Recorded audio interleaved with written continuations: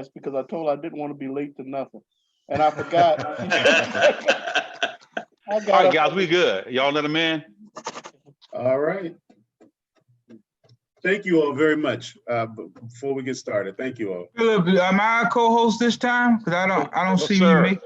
Okay, fine. I don't know what happened. I've been trying to get in. Oh, I think they having technical I problems. love you. Coming up. Yeah. Your people saying they have technical problems. Good evening, everyone. Good Oh, sir. evening. It's so big, right? Thanks. Praise the Lord.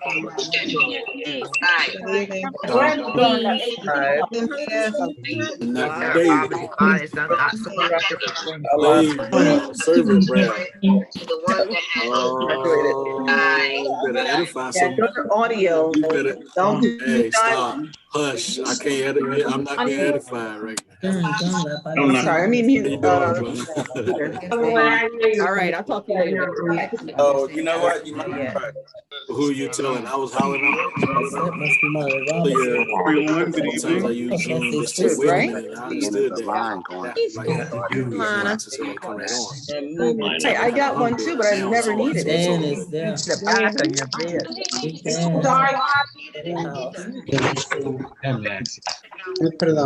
I'm sure, and there's everybody trying to get on too. I did it. Turns out, but I still can vote. I see a couple of people. And y'all, I saw Everyone. myself in the corner. Yeah. Peace, everyone.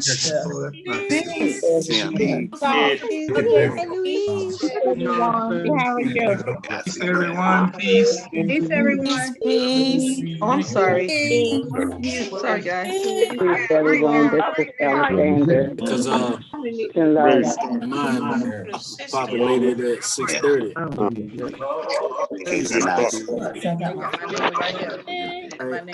Now my picture is a small body.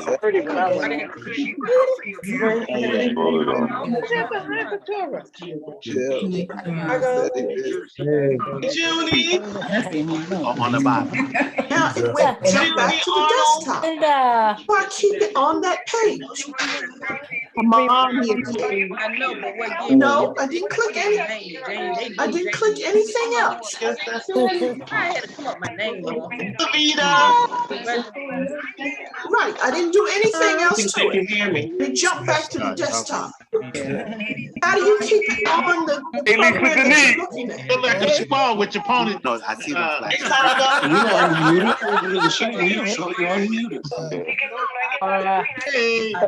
Nigga Leon, I'm sorry. This is the second time. Peace, everybody. Just jumps off. What's going on? My brother, good to see you. Good to see you, Claude. And Lynn, this you? Hey, Ruthie. Giga Ray, good to see you, bro. Levita. If I don't see it, then I'll just be out of it. Peace, everyone. As long as they can see I understand why it jumped off. The camera is. Maryland Savage. Mother Carrie. Hey, my Rita. See her at the bottom? This stays in there. There's Renetta. You see Renetta? I see you. Peace, everyone. Peace. Peace, Jerry. You're Peace, everybody. I see you. Peace, peace. Good to see y'all.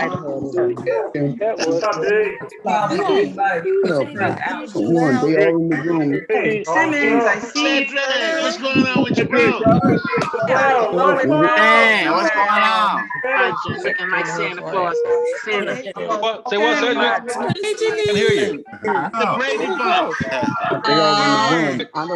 See you, Christina. I had him on mute. How are you? Everybody. See me? But I'm cartoon baby. Join, you'll see. No, you're not on there. You gotta go go to the link. There goes a lot of people ain't on there. They ain't on there. What's You just scroll. How she just scroll? Ladies Scroll around. right and left and bring up everybody. Open up the Zoom. Talk at the same time. Hold on, I'm going through all of the pages, and I can tell who got their phone on mute by looking at their name. Hey. All right, everybody. Sister Brenda.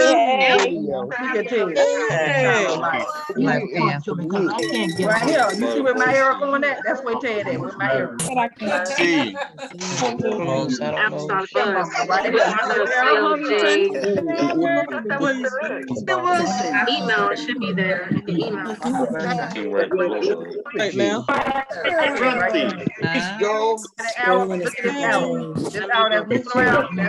now.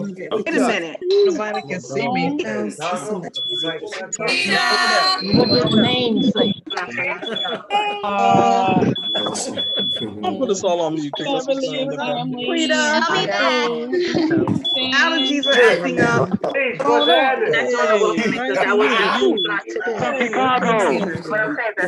Put on his shirt now. Peace. Trying to get to my email.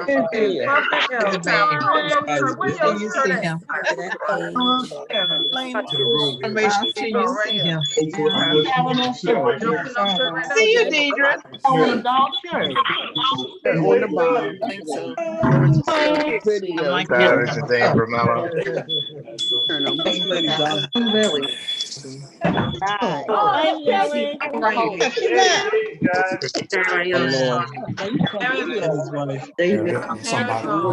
Go into your email where they initially sent you the first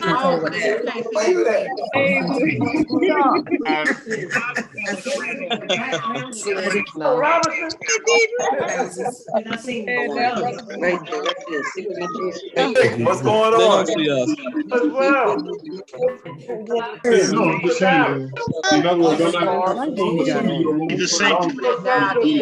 He on the phone, Lane.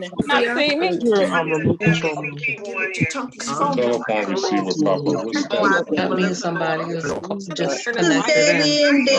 Oh, that means myself.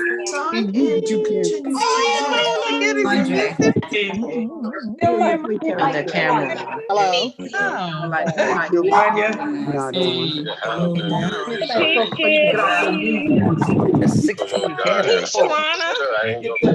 Peace, how y'all doing?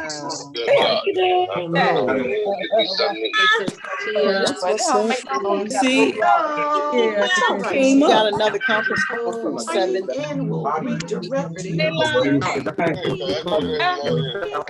Hear me?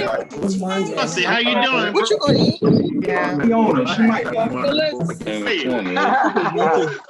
Right. It's moving around, man.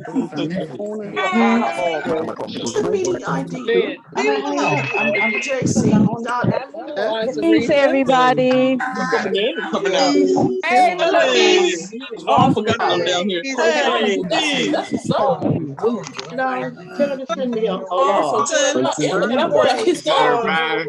I tell them what to do and it don't, and it won't work. I don't know. 008. It ain't got nothing to do with you.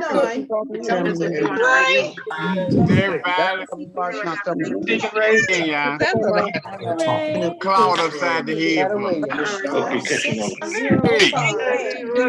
Cloud upside the head.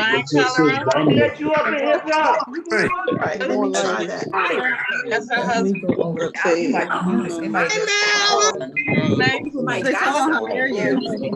So I gotta do those things. That's on the air. You gotta tell you.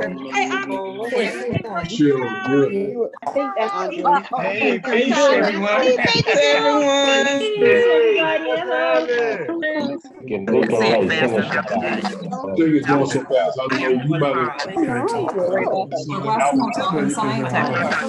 Hey, Sharitha. Oh, I didn't.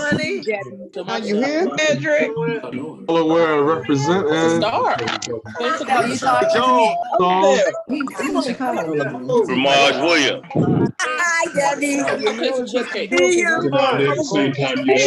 Oh. Honey. I'm sorry, but I don't think you can have. I'm getting time out. I want to see us up there. Where she is? I don't see somebody. Get all that stuff.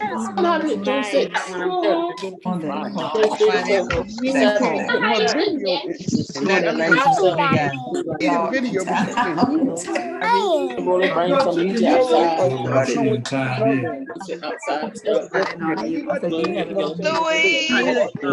Hey. Show her face.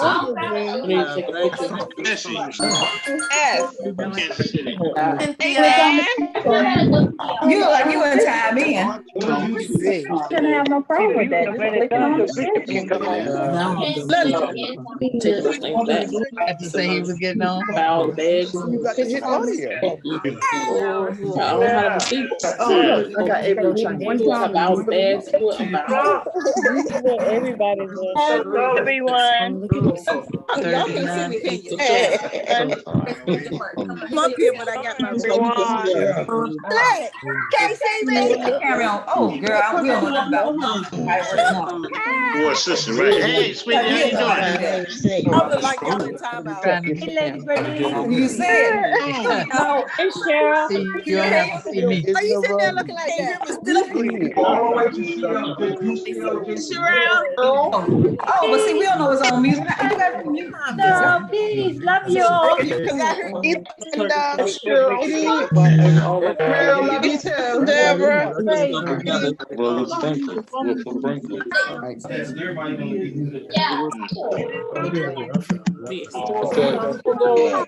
That looked like the baby.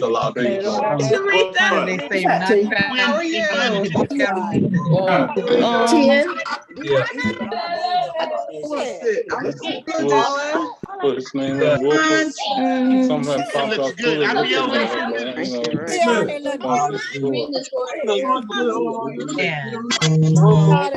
Dan Smith. John.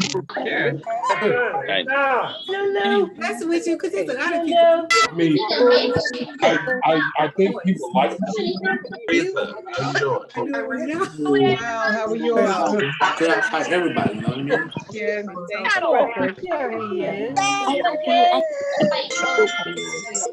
We can have dinner together. Robert said,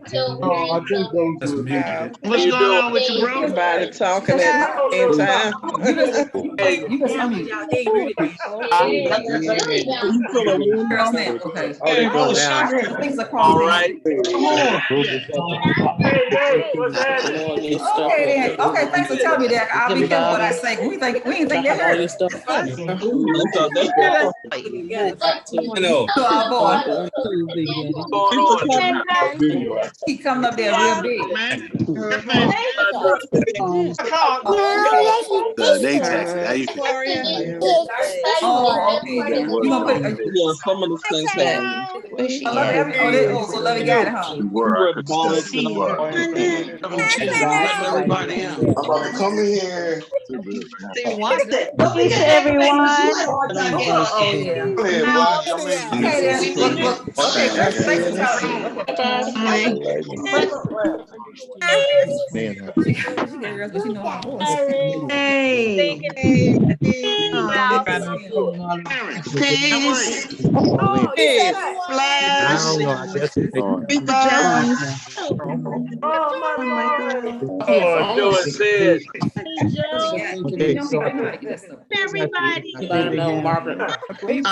Coronavirus. We didn't start yet. Hey, whatever you do, Jerry, how are you?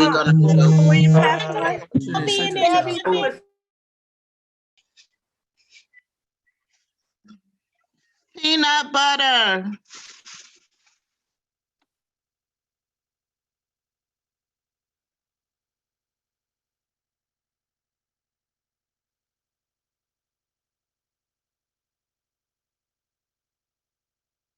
Peace, Saints.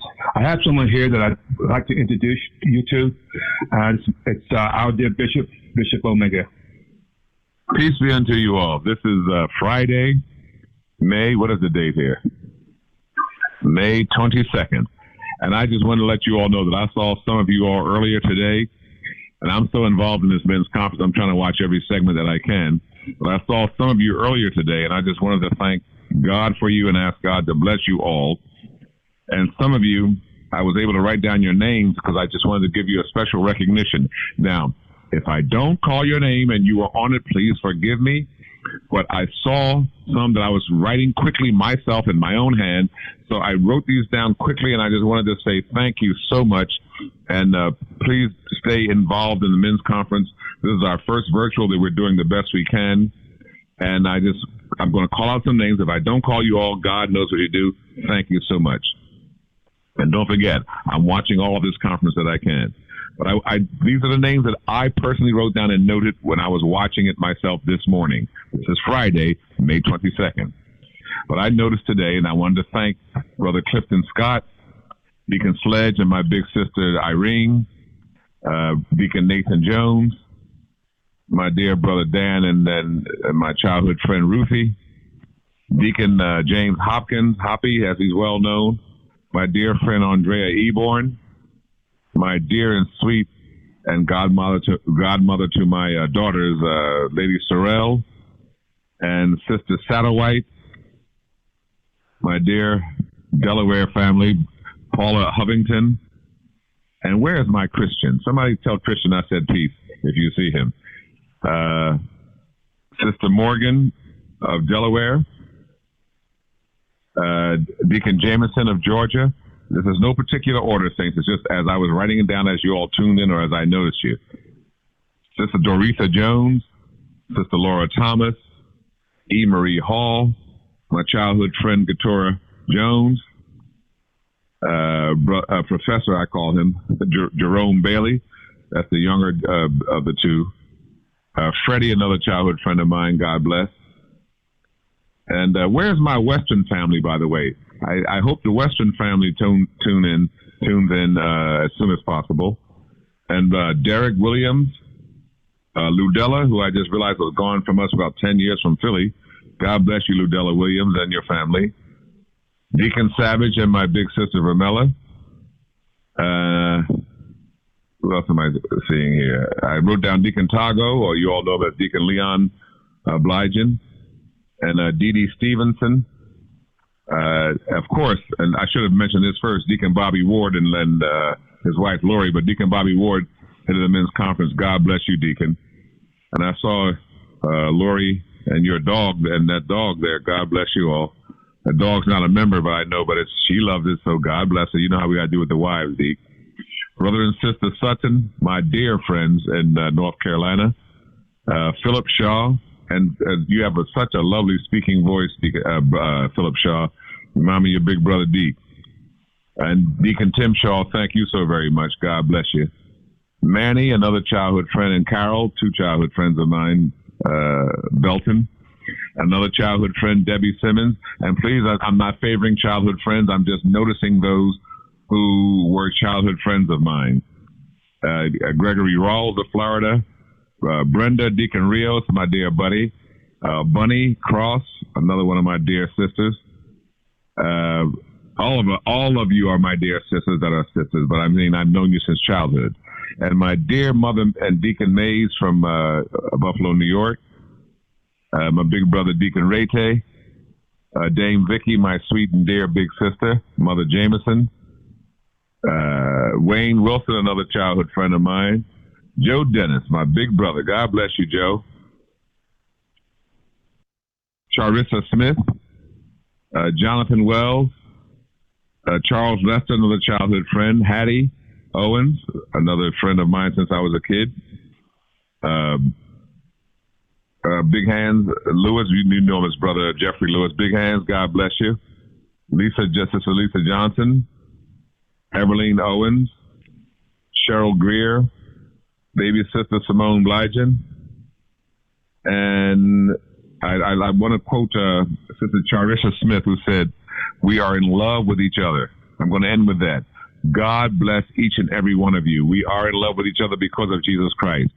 I just wanted to say a big hello and a big peace be unto all of you. God bless you. Keep up the good work. Stay tuned to this 66th National Men's Conference. God bless you all. Peace be unto you, saints. I love each and every one of you.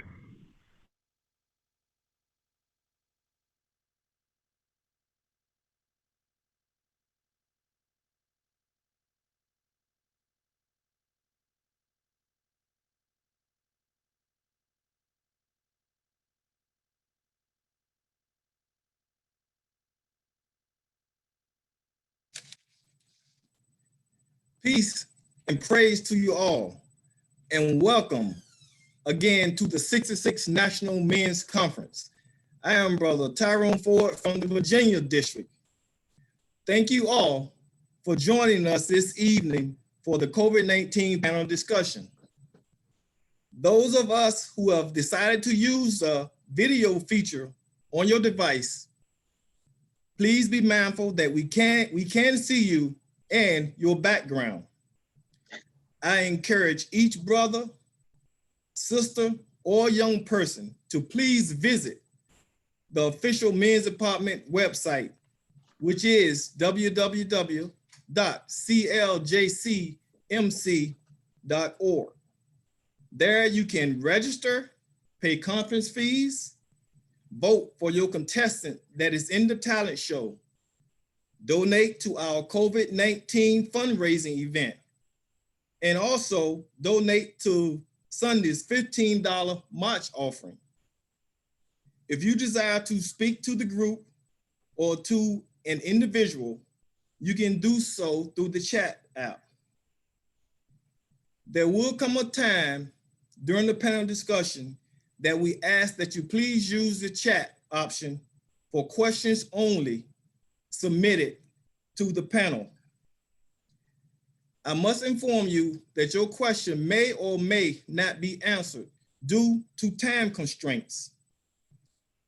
Thank you, and without further ado, I give way to Brother Trevor Fuller.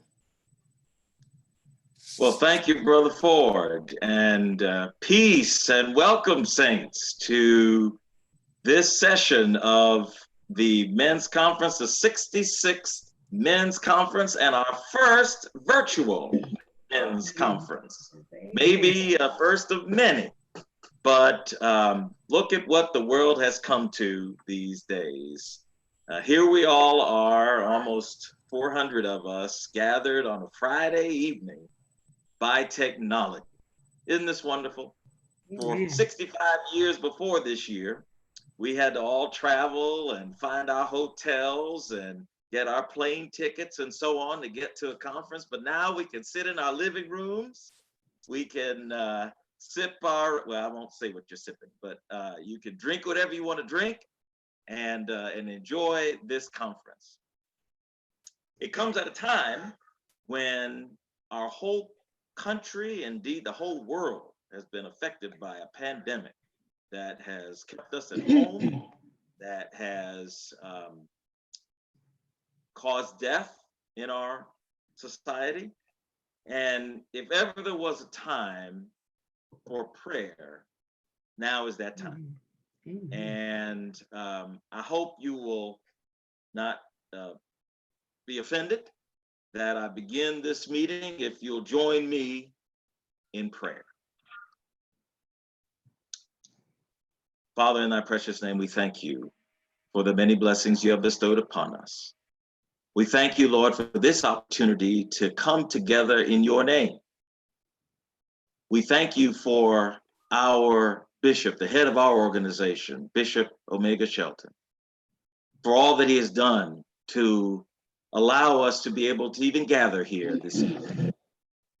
We thank you, Lord, that we are gathered together in spirit and in truth, that amidst this trouble, that we can find comfort in one another.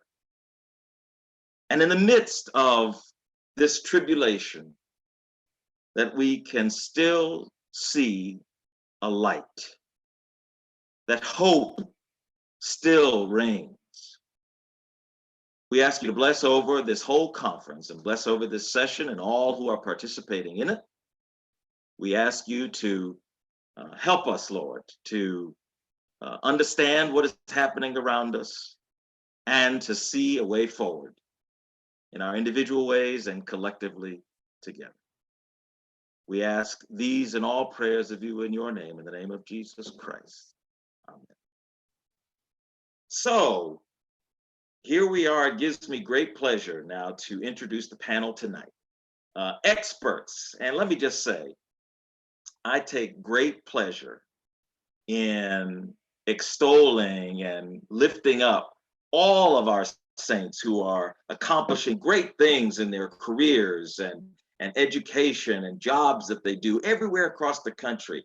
Our organization is a rich one. Our church is rich with the talents and skills of our members. And I get such great joy in pointing out our saints who are doing great things all over the country.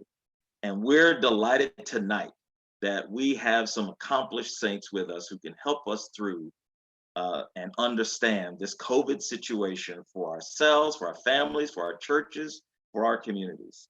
And so tonight, I'm so pleased to have with us Sister Cynthia Shaw. Sister Shaw is a registered nurse, and she is the Director of Infection Prevention and Control at the Westside Regional Medical Center in Fort Lauderdale, Florida. She was born and raised in Fort Lauderdale, graduated high school sometime in the 80s. I won't say any more than that. She started her life in a daycare setting, but soon she started to work in a pediatric physician's office as a medical assistant. And she didn't know what she wanted immediately, but she went back to the classroom and graduated as a licensed practical nurse in 1991. And she proudly began working in a subacute setting, caring for rehabilitation needs of patients requiring life-sustaining attention with ventilators and other acute care measures.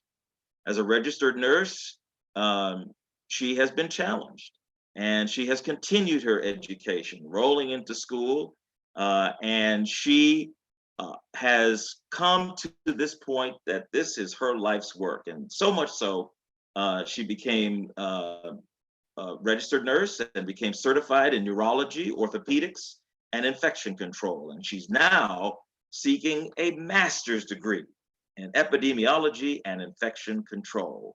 As I mentioned, she works at the Westside Regional Medical Center in Fort Lauderdale, Florida, as an infection control and prevention director. She coordinates infection prevention and control of illness and disease within the facility, and she works in the entire surrounding community of Broward County in Florida.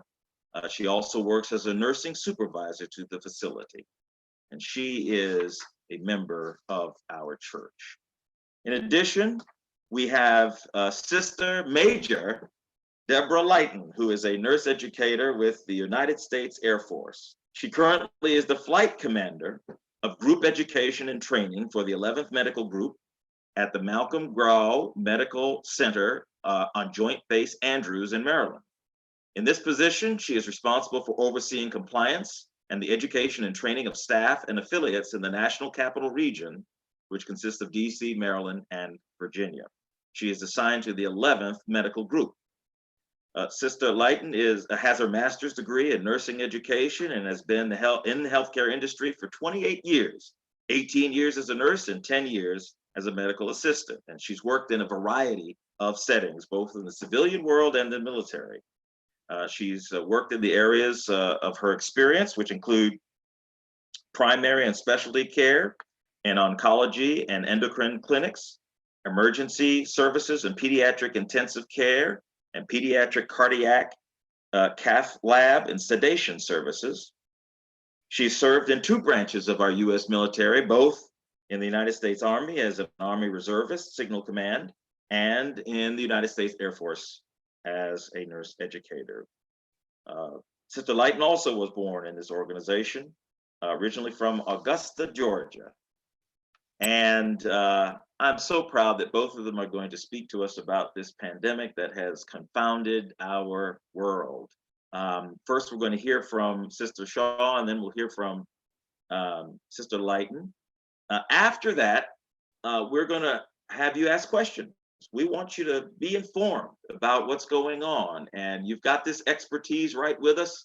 Let's ask some questions about what's going on. I'll make a few remarks after they're done about some of the non-medical issues that have come up with the COVID pandemic.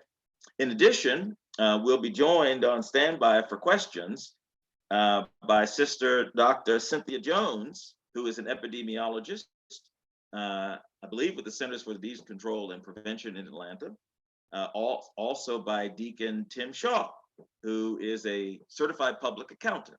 So in this session, you're going to hear about the health, the financial, and the legal implications of COVID-19 on our lives and how do we move forward. So at some point in our session here, we want you to ask your questions. And so I think we're going to cut off the chat and just make sure that at that point, that anything you put in the chat will be questions, okay?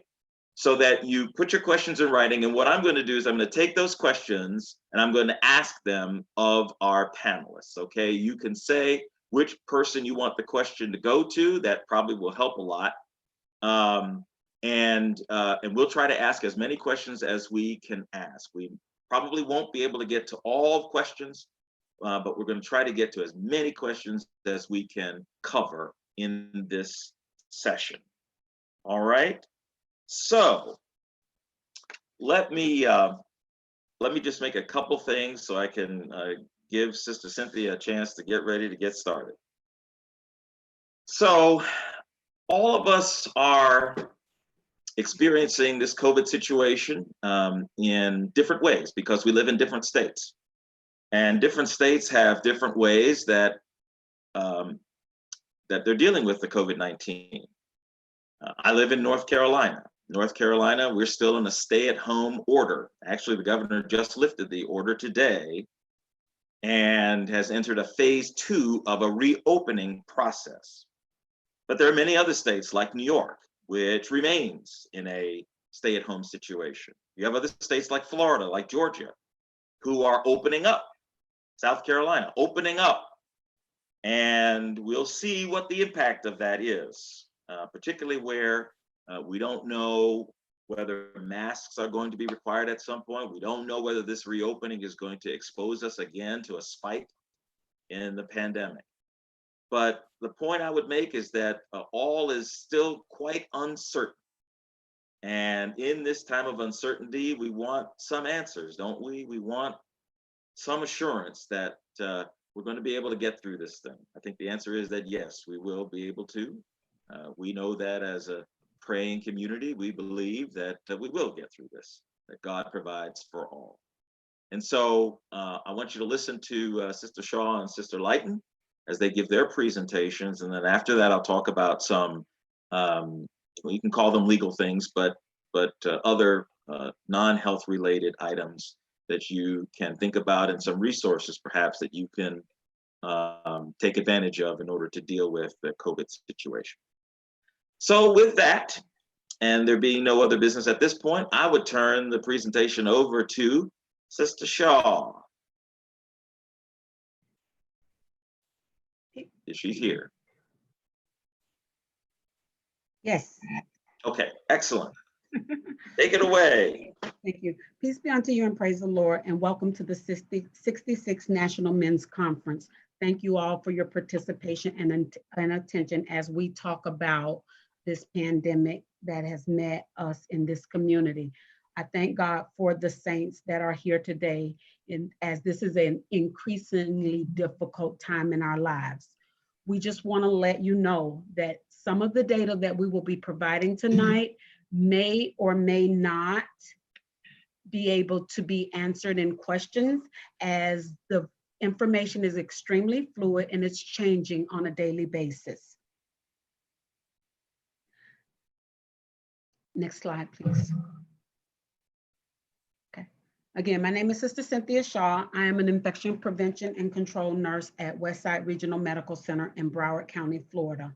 I also work with the Broward County Health Department as a liaison, identifying communicable diseases in the community around that area. Medical personnel, just want to talk about the heroes that we have encountered in infection control. These medical heroes, I found when COVID originally opened up. As you see on my second slide, next slide, please. The first picture that you see here is a picture of myself. As we know, we have nurses, EMTs, doctors in the first line of defense in acute care settings to take care of COVID patients. But what we did see with this pandemic is that we really needed to shore up all of our support staff.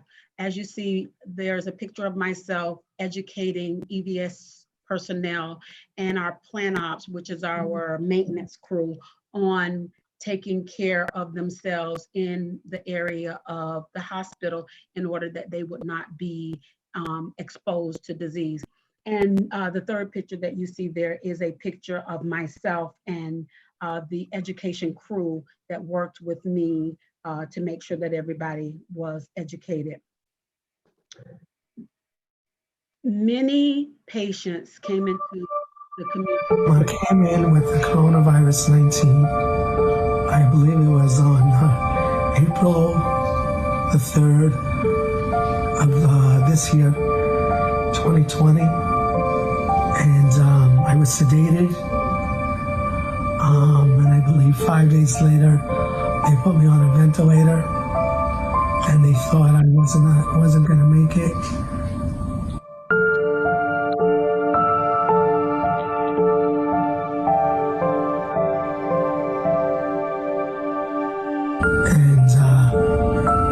Family said that I was a fighter, and they said that not to do anything, keep me on it, and eventually, you know, I'll come off of it in time.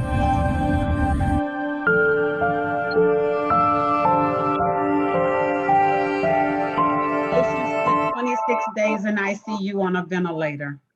I'll send it to you. Good job.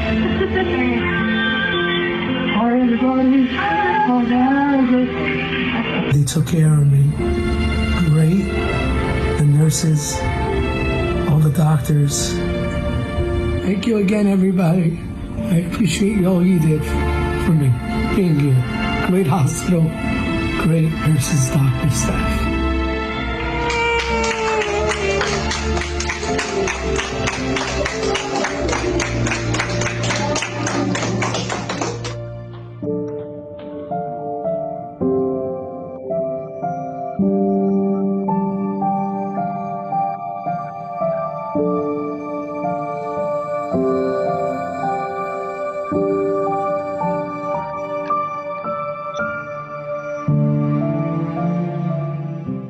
Next slide, please.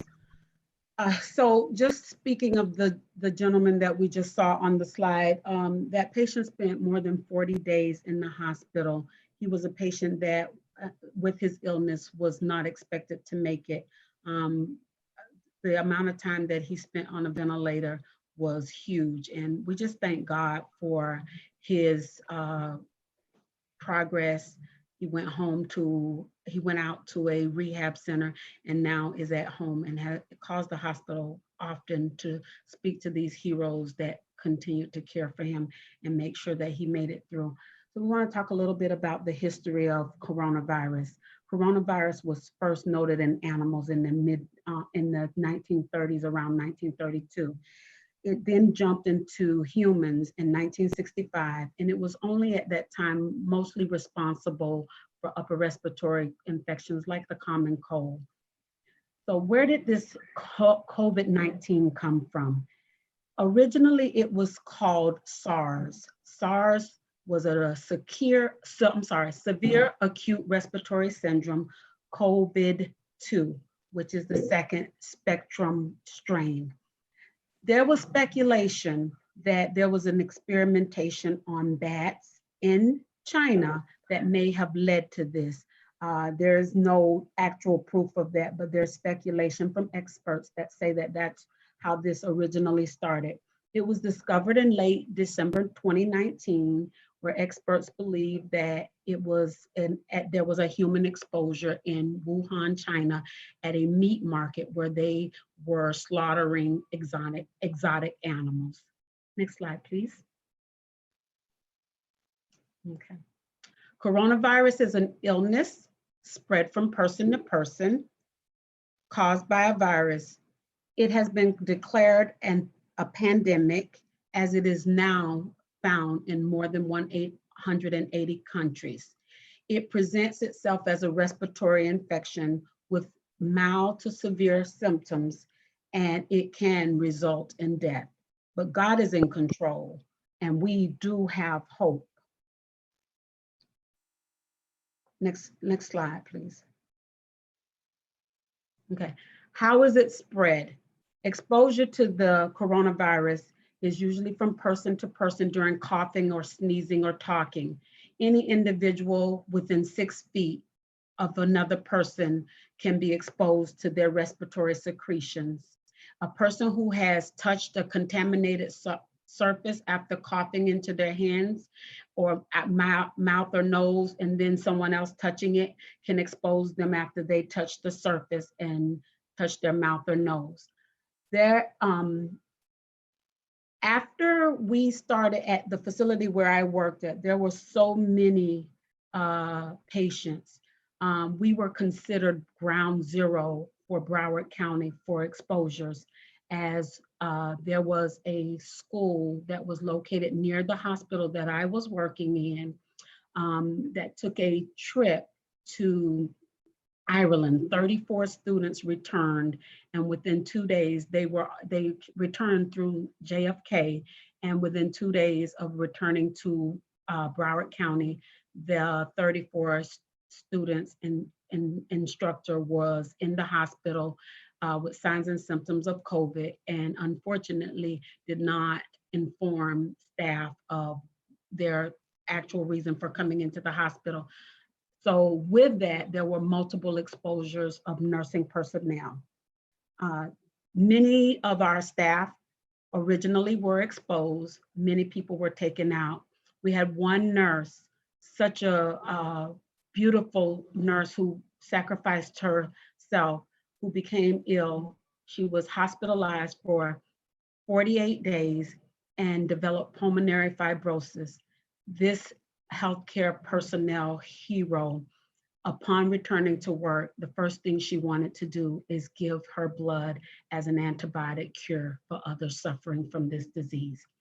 One of our nurses, in her feeling of helplessness, came to my office and asked me, is there anything we can do? I think we should have a prayer vigil for these patients and our staff that are suffering. Next slide, please.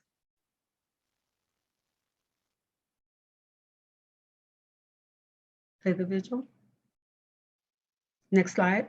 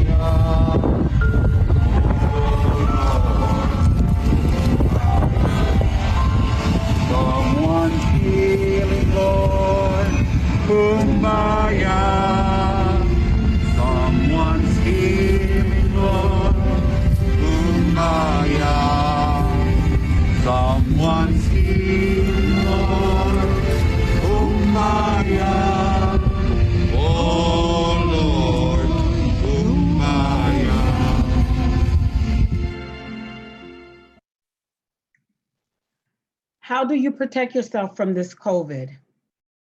First thing we want to do is stay home as much as possible. Wear a face mask or a cloth that covers your nose when you're out in public.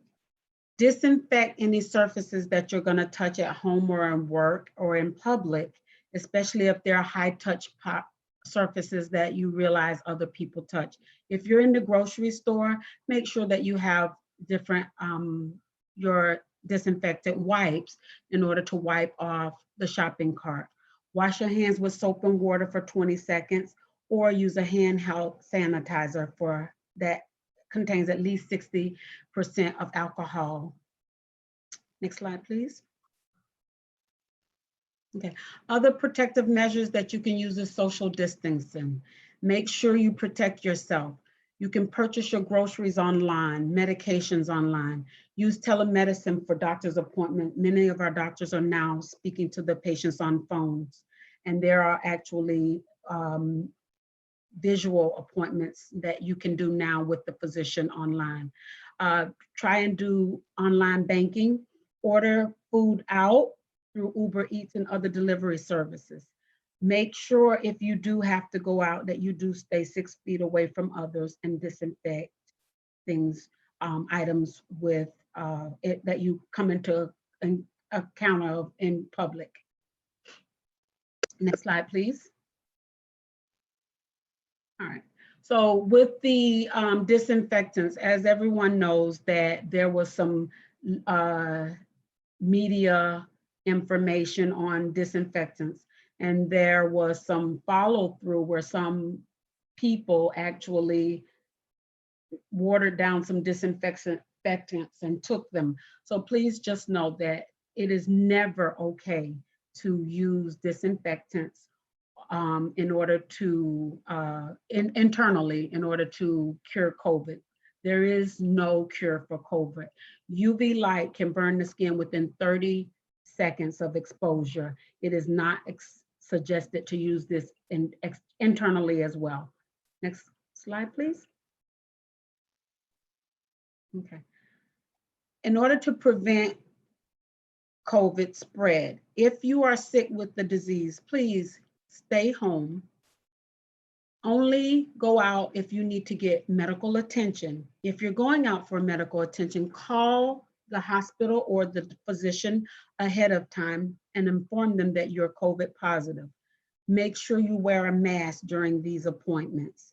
Make sure that you isolate yourself from your family and your pets in the home. Avoid public transportation, Uber, Lyfts, and taxis. Next slide, please. Okay, symptoms of COVID includes influenza-like illnesses, cough, shortness of breath, fever, chills, muscle pain, sore throat.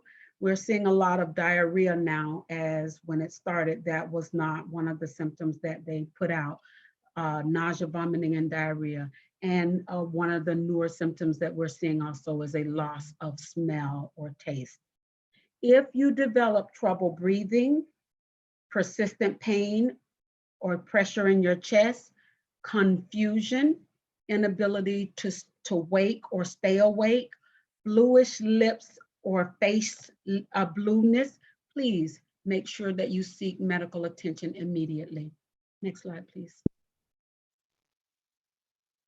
The treatments for COVID-19.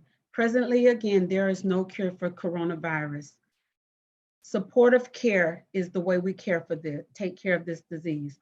We are going to use Tylenol or aspirin for temperature or headaches. If we have congestion, we use a nasal decongestant.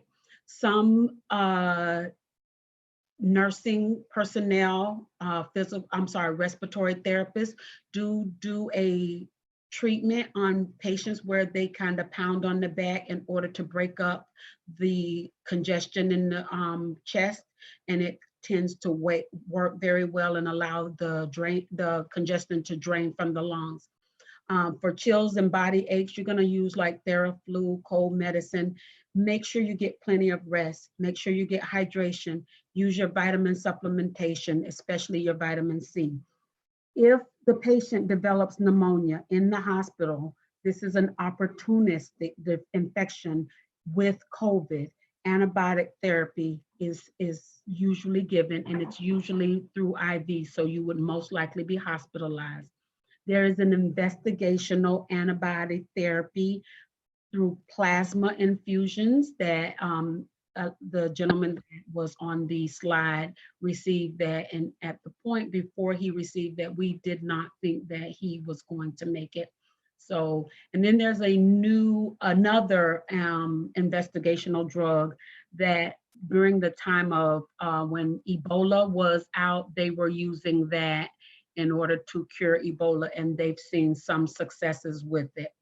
Vaccine development is in process. There are some drugs that are being investigated at this time that literally breaks down the cell wall, but it will be some time before we actually see those products on the market, as they have not gone through human testing. Next slide, please.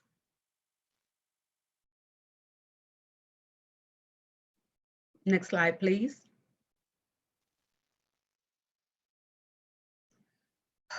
Okay, so mortality. The mortality that you see here was placed there back when I originally did this slide. The mortality that's here has truly changed. At this point, it says globally, we have 3,705,000 confirmed cases. As of today, the literature shows 5,274,558 cases. We have had 338,649 deaths globally. That seems like a very high mortality, but more importantly, we now also have had 2,138,210 patients completely recover from this disease. God is good. We truly do have a hope. Next slide, please.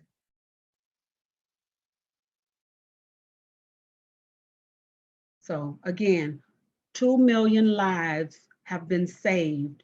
God has provided recovery for 2 million people. We thank God for that. So next slide, please.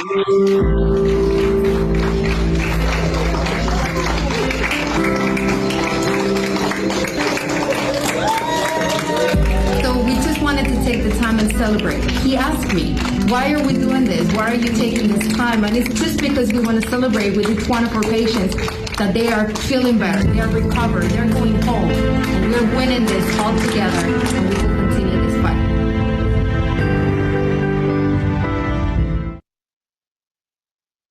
I am so grateful when I see this slide. This was another patient that spent 20 days in ICU, and 15 of those days were on a ventilator, and God healed him to go home to be with his family. Next slide, please. So we're getting back to work. We're getting back to normal. Sisters, just know you must avoid men, mouth, eyes, and nose. Instead, let's follow women. We'll wash our hands, obey social distancing, mask up, exercise and eat well, and no unnecessary travel. Sorry, guys. Next slide. Please tell somebody what you learned today based on our discussions. Share your knowledge. It could save a life. Next slide. These are the references that Sister Deborah provided. I'll hand over to Sister Deborah at this time.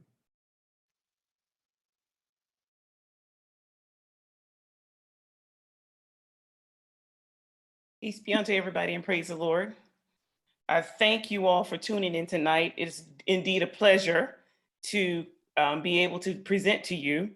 And I'm seeing questions pop up in the box as we go, but I wanted to give you a little bit of, I told Sister Cynthia that I would talk about what should we be doing as as individuals in this organization and in our communities. Number one, to remain safe. I think the presentation was very, very thorough in terms of letting us know how we need to social distance, wash our hands, follow our local communities' guidelines. I know we all are from different places. We live in many different settings, cities, municipalities. I want each and every one of you to plug into your local, every community has a hotline. If you're not registered with your county's hotline, you get phone calls, you call into your town hall meetings. These things are very informative. It lets you know what you need to do as a member of that community. And I know that you all are going to work, and some people are essential workers. I know that for us as an educator, for my community, what we do is we do risk assessments. And for every setting that our members are working in, we have safety, and we have safety huddles, and we have informational huddles. And one of the questions that popped up was, where do we get our information from? Number one, in the US, the Center for Disease Control is one of our main sources of information. Then we have big educational universities like Johns Hopkins. We get information all the time. So generally, I'm sitting in on a teleconference twice a day if there's updates. So generally, when COVID first hit, we were always conferencing until the madness and the craziness stopped. So now everything is pretty much the same, and we've had very little changes in what we do. Experts there's not a magic bullet to fix COVID. We want everyone to do the simple things. Everyone's looking for some complex answer. It's the simple things we want you to do, and that is to follow the social distancing, hand washing, surface cleaning, and if you're sick, stay in. If you have comorbidities, take care of yourself. All of the information we get remains fluid. We ask you all to remain fluid and flexible. As individuals, we see that a lot of people, the resiliency has been challenged. We as believers, we have our spiritual growth, we have our fortification, but a lot of people around us may not have that. So at times you might be that example, you might be that calm in the storm. For us, in reading some of the questions that's come up in the medical field, someone said, did the World Health Organization fail us in not creating or not labeling this as a pandemic? Remember, our government has full-time infectious disease epidemiologists who their job is to assess the situation around the world. Information's coming in. They get intel all the time. They don't have to wait on the international community to say, hey, we need to address this. Look at what's going on in China. As professionals, they're getting paid really well. They are there as an advisory role to our government. That is the answer to that question.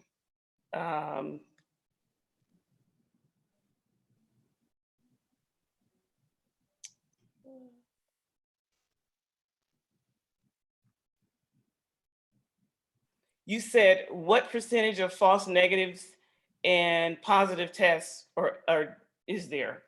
Number one, I'm very, very, very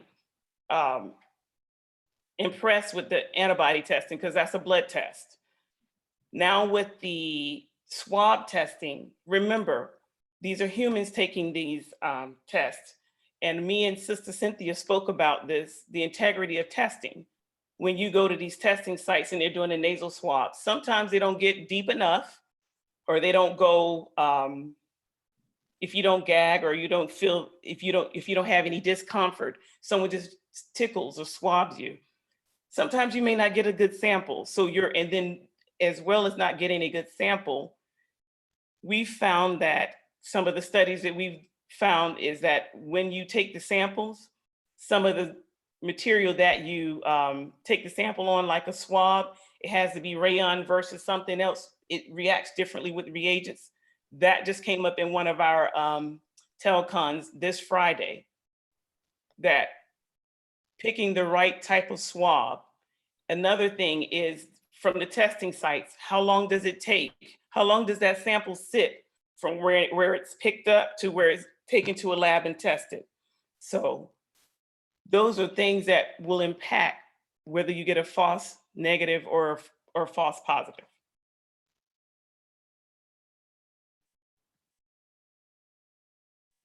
Sister Cynthia, did you want to answer any of these questions?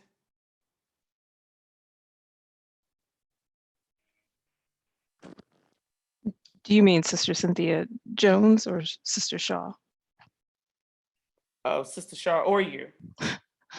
Oh, peace, everyone. This is Sister Cynthia Jones, and I actually work for a biotech. I do not work at the Centers for Disease Control, and everything that I say is purely based on my experience and my opinion and not a reflection of my employer. And I would just echo everything that Sister Lighten has just outlined.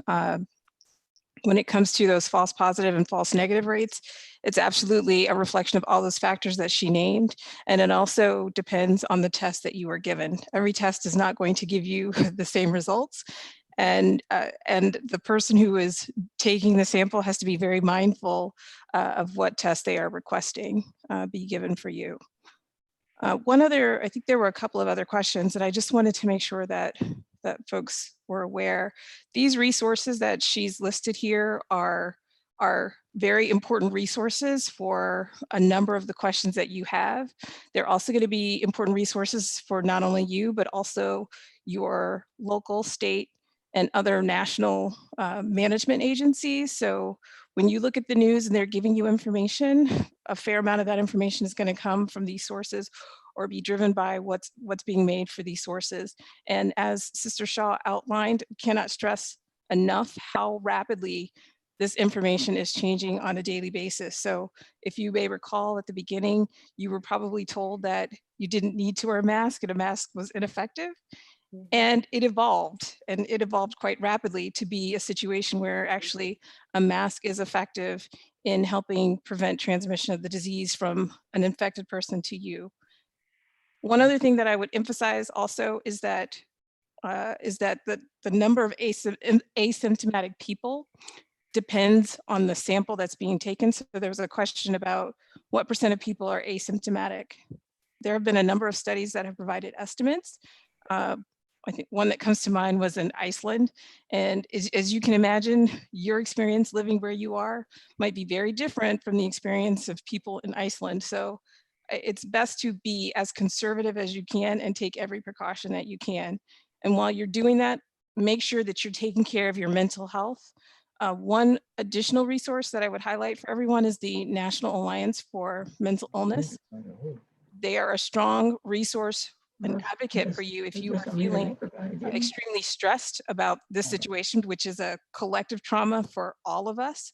If you need someone to talk to, if you're having issues, whether it be limited to yourself as an individual or you have someone in your household that needs help, I would encourage you to contact them.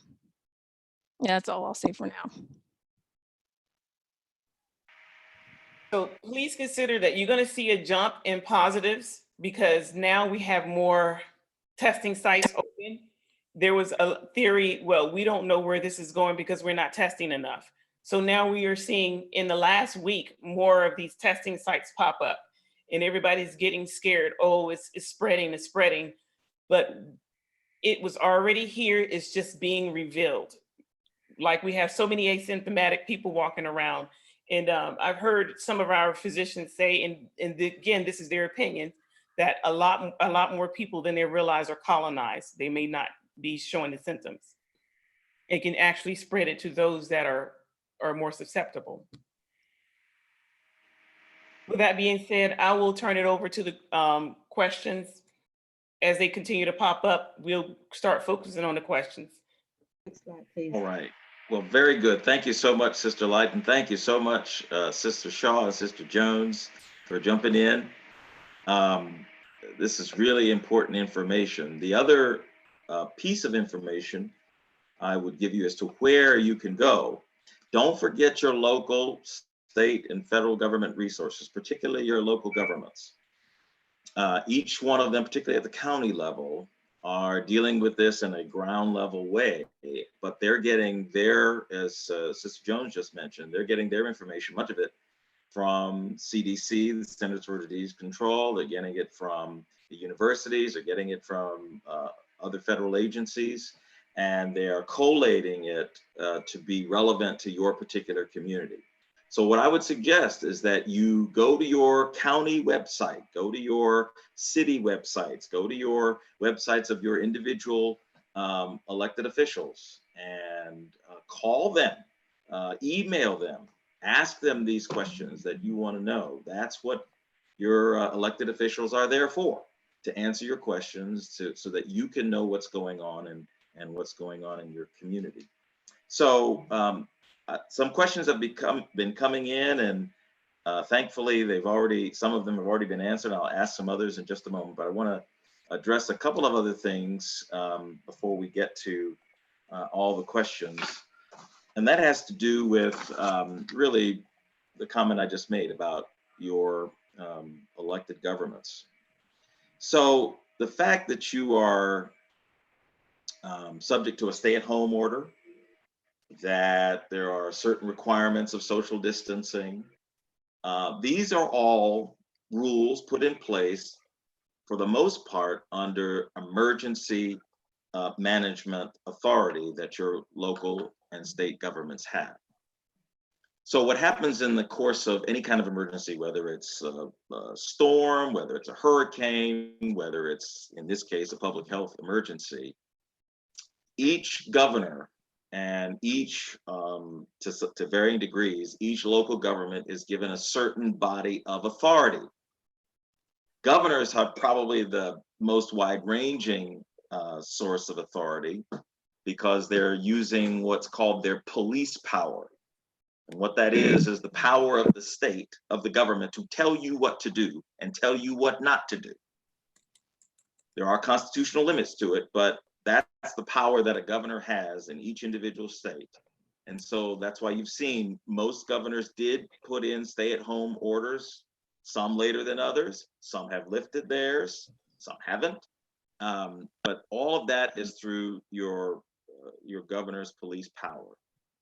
Now, what they are doing, most governors are getting resources from their state departments of health and human services. They're getting guidance from the CDC and from other agencies of the government. And that's what's helping to inform them about what rules actually get on the ground that you yourself have to comply with. So when a stay-at-home order is put in place, that is a law. You must abide by the stay-at-home order. Now, how does that get entered? It gets entered by each governor making some assessment about what's needed for that state. If you live in a Western state that's not as heavily populated, that's going to be a different situation than living in a densely populated area like New York City or any other urban area on the East Coast, or even on West Coast for that. So for you to find out what's going on in your area, go directly to your local governments. And then if you want to go up from there, do that as well. But most governments do have some kind of COVID-19 web page or something, or some link that will say COVID-19. And there you can find most of the local resources that you need. And most of the questions you want to ask about what's going on in your area, you can find on those websites. The other thing I would say is what we're also seeing is the impact that politics plays in public health decisions. So I mentioned these are all elected officials, and you would hope that most decisions would be made based on expert guidance, based on data, based on science. But unfortunately, that's not always the case. And there are political implications. So when you started to see, for example, these efforts across the country to, quote, reopen our government, take back our government, these are political movements. and you have to understand that these movements can have an impact on what public health decisions are made by governors, by mayors, and so on. And so it's important for you to keep track of those things and make sure that your elected officials hear your voice. Because without your voice being heard, there are other voices that do want to be heard. And sometimes those voices are not always in the best interest of all the people. So you need to let your elected officials know how important it is for them to make decisions based on data, based on science, based on health, and not based on political consideration. The other political impact is the response of the federal government. So you've all probably heard about federal legislation going on in Congress, most notably the CARES Act, which people received checks, $1,200 for each person, and I believe $600 per each child, in a $2.1 trillion, trillion with a T, dollars, going out to the whole country. In addition to that, in that CARES Act was relief for businesses, small businesses. Realistically, it was large businesses that got most of that money.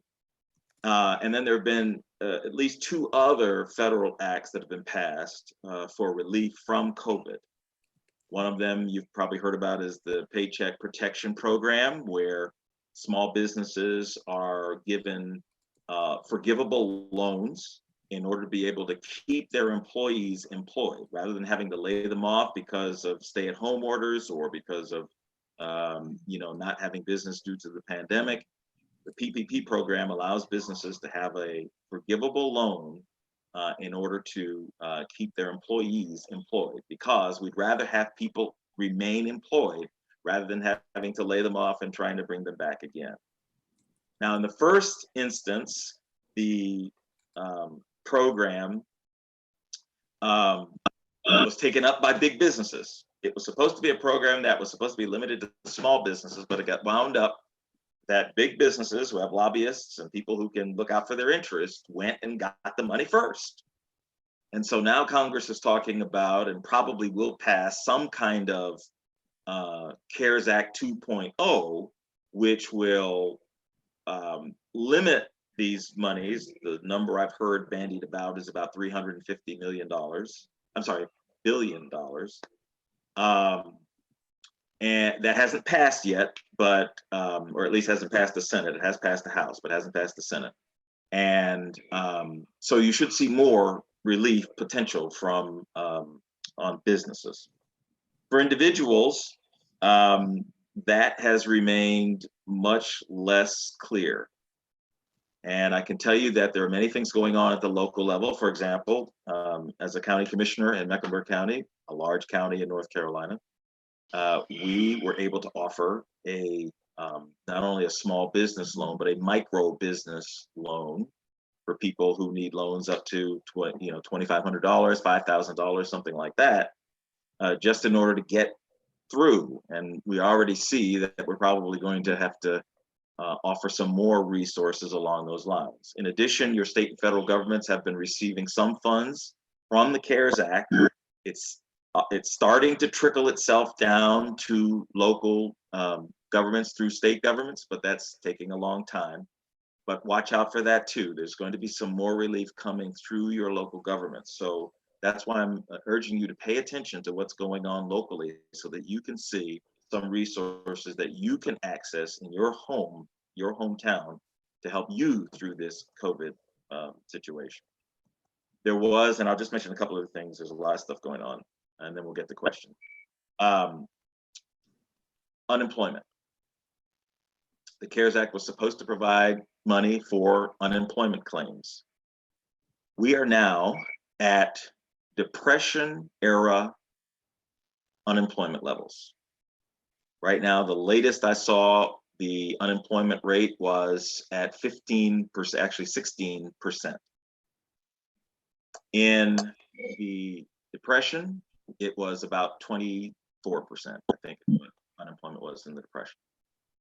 We haven't had this level of unemployment in a very long time. So the question is, people who are now unemployed, what's going to happen when things reopen? Are employers going to be in a position to be able to hire people back? Probably not. Probably not to the same degree. And so what are we going to do with people who are suffering, who were already suffering before COVID and now find themselves without work and money running very, very low? So these are things that you've got to, push your elected officials about, that they're helping individual people, not just business. It's important to do business, that's true, but people need help. They need help with paying for food and items in their homes, for childcare, for things to live. The last thing I'll mention is that you should expect that we're probably going to be dealing with, I'll let the health experts talk more about timing, but my suspicion is that we will be dealing with COVID for at least the rest of the year and probably into next year. If only you account for the economic impact of COVID-19. We're probably going to be dealing with it into next year. I've heard some at the Federal Reserve say we may be dealing with the economic effects for the next 3 years. But I want to leave you with some hope, because there is hope in all of this. And the hope is that while all of these negative effects have happened, and people have been, the cracks in our public social infrastructure have been shown and have been laid bare by this pandemic. One of the questions we'll get to is someone asked about the disproportionate impact among African Americans and Hispanic Americans as a result of COVID. But in the course of this pandemic and crisis, there's also opportunity. Opportunity because we now know that we can collectively help each other. It used to be said, oh, we can't do this, we can't do that, we don't have enough money, we don't have enough, we can't. But in the space of a month, your Congress appropriated in total $3 trillion. Now, if they can do that in a month, they certainly can do it on many other things, like healthcare, like health disparities that we've seen, that already existed before COVID, and now we're seeing the effect of it in COVID. When it comes to social disparities, low wages, and people unemployed and underemployed. And I see a light at the end of the tunnel for all of this, which is to use this crisis as an opportunity for us to address these longstanding problems. And it's that hope, I think, that will get us through.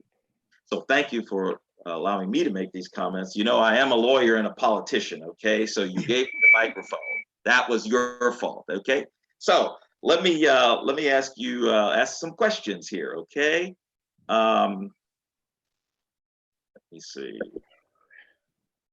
I saw a few that scrolled through. Did you want me Okay, to you want to take one? Just trying to. So I saw 2 questions about the N95 mask. Okay, good. So for those who are wearing them, it's usually used in a professional setting, and we go to a special fitting for those. And I kind of cringe when I see people wearing them out, because I see the straps in every direction but the right direction. We have to go to a special fitting for those. Don't waste money on them, because for us, when we go get fitted, we have the size that we need and we know how it's supposed to fit. And it is good for us, generally 8 to 12 hours in each facility. Some medical facilities say because of COVID, they stretch to days or a week or so, but in a normal setting, in a normal when there's not a pandemic, we may use an N95 for 8 to 12 hours, one shift. Correct. And you don't spray it. If you spray it or put anything on it, you mess up the integrity. I know that they have all this UV light stuff that's out that's new because of COVID, and they have to find a way to preserve some of the resources that they have. But correct. Anything that you put on the mask, you're gonna mess with the integrity of it.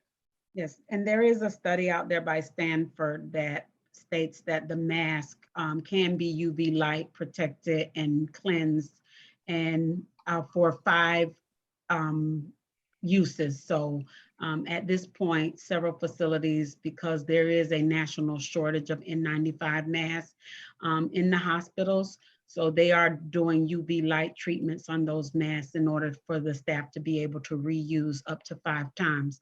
But as Sister Lighton said, using those N95 masks in public, don't waste your money, because the mask is basically used to cover your cough so that you don't cough on someone else. An N95 mask has a certain amount of the way it works is that it prevents bacteria or virus from entering through the mask to the person.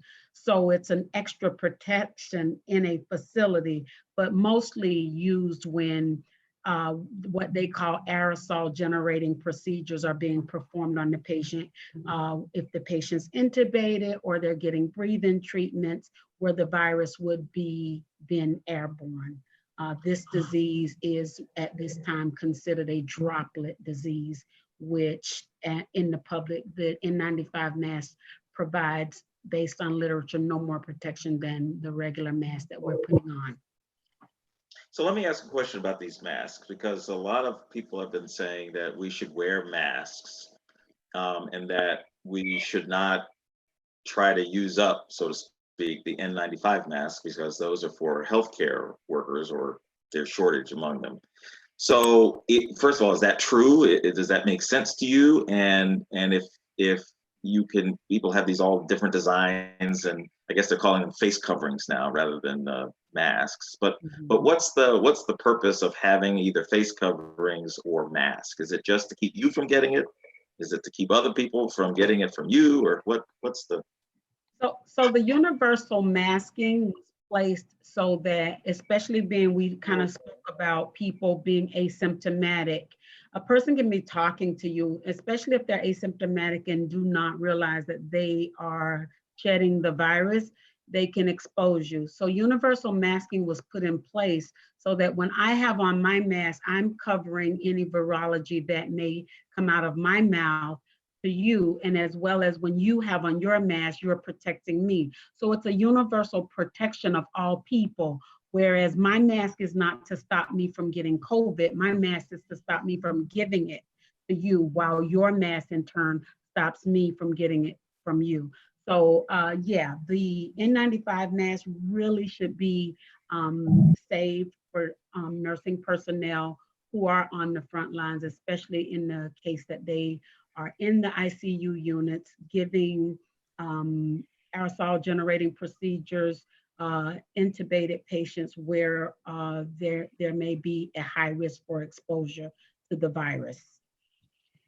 Okay, I have a question here. It says, it's my understanding that there's a device used to measure the oxygen in one's blood. Is there a particular percentage at which point one should be concerned if they have other symptoms yet to reveal themselves? In other words, is there a shelf life for antibodies?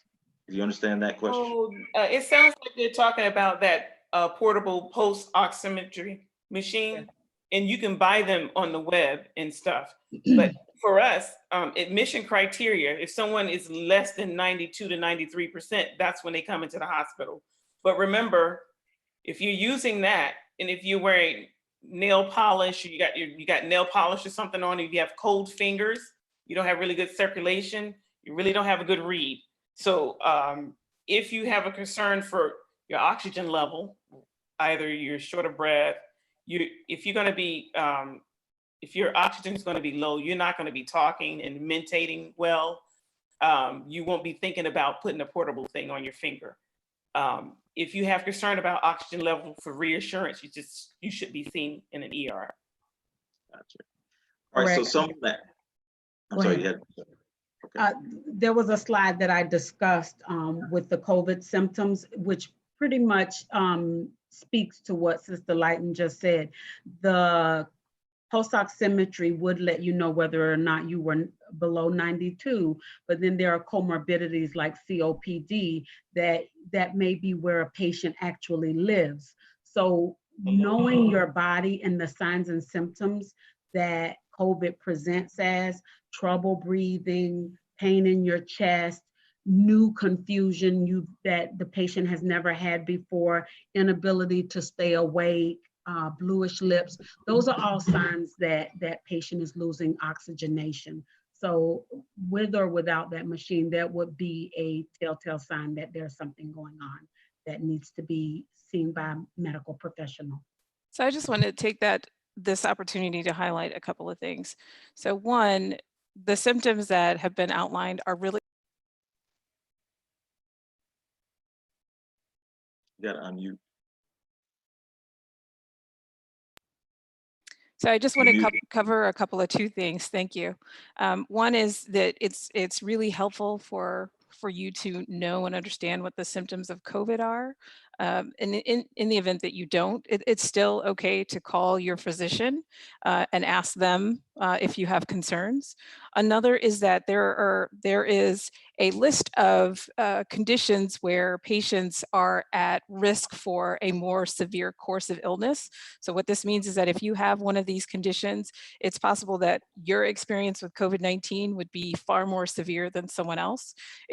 So it's very important for all of us to manage whatever conditions we have. If we've been diagnosed with high blood pressure, if we've been diagnosed with diabetes, if we know we have a heart condition, it is essential for us to manage it at this time. It was already important for us to do that before COVID-19. It's all that much more important for us to do it now. If you have symptoms of something else that you don't think is COVID related, it is very important that you call your doctor immediately or you call 911. There have been cases where people have suffered severe illness, such as stroke or heart attack, and have delayed seeking medical care, which has meant that their outcomes have been far worse than they would have been if they had just called 911 or gone to the hospital or sought care immediately. So make sure that if you aren't feeling well, whether you think it's COVID related or not, you reach out to your physician, or you take yourself to the hospital. It's very important that we do that at this time. The other thing I did want to flag is that I received a question privately, and this question was about the combination of the COVID-19 viral test with the antibody test, and the idea that the combination of these two tests is problematic. This is not something that I am well versed in terms of how the states are combining this, but my understanding is that in some of the counts, the Centers for Disease Control have counted the number of viral tests and added that number of tests to the number of tests that were antibody positive. This is a rapidly evolving situation, and so everybody is using the available data to the best of their ability to paint a picture of what's happening. The combination of those 2 points of data can be problematic in that some patients who've tested positive, who've had a positive viral test, may also have a positive antibody test. And if you're adding those numbers together, you are potentially counting the same patient twice, which means you may end up with a number of patients affected by the disease that is far beyond the actual number. I'm sure there is reasoning for doing that. One reason might be that patients who get an antibody test likely did not have the opportunity to take a viral test. And so assuming that may happen, the combination of those two numbers might actually be the best available data that we have. It's also important to remember that everybody who's experiencing COVID-19 is not being diagnosed. They are not seeking medical care. There are people who who are experiencing symptoms and course of illness who should seek medical care, but are not. There are others who are experiencing a very mild course or people who don't have any symptoms at all. So the numbers that you see coming out from the CDC or your local health department, remember, those numbers might be significant underestimates of what's actually happening in the population. Let me follow up with you about that. Some have said that if you have a negative test, and that you are not going to get another test, right? That if you test negative, you're not going to be tested again. Is that true? So in the facility where I work, that's absolutely not correct. Patients that come in with symptomology and test negative, especially if the physician has a high suspicion that the patient is positive, we do retest. Once a patient tests positive for COVID, we retest. Typically, if they're still in the hospital, still having symptoms, we usually retest within 13 or 14 days. The length of stay has increased to that amount of time. And usually once we get, especially if the patient is going to be going to a rehab center, it's actually the law here in Florida now. If a patient is going to a rehab center who has tested positive for COVID, we must have 2 negative specimens in order to even discharge them from the facility to that rehab center. But physicians learned early in that testing for COVID and getting negative specimens that some of those specimens were, like Sister Lighton said, difficulty with user error. Nurses may not have actually got a deep enough sample. So we do retest, especially if there's a high suspicion that the patient has COVID. And then one big question that people have been asking is, at least from a health perspective, how long do we think this COVID pandemic will be with us? And when will we know that we're getting past, we hear so much information about it, but when will we know that we're getting past it? How long? Oh, that is going to be a difficult question to answer. Yes. Simply because we have no vaccines. We have no known drugs that are particularly successful. Even the antibody, the positive response we've had for the different things we tried, everything is considered trial. Or the drugs we've used are being used investigationally. Yes, it's very important that everyone is aware of how long it actually takes to bring a drug to market. In this case, we're specifically talking about vaccines.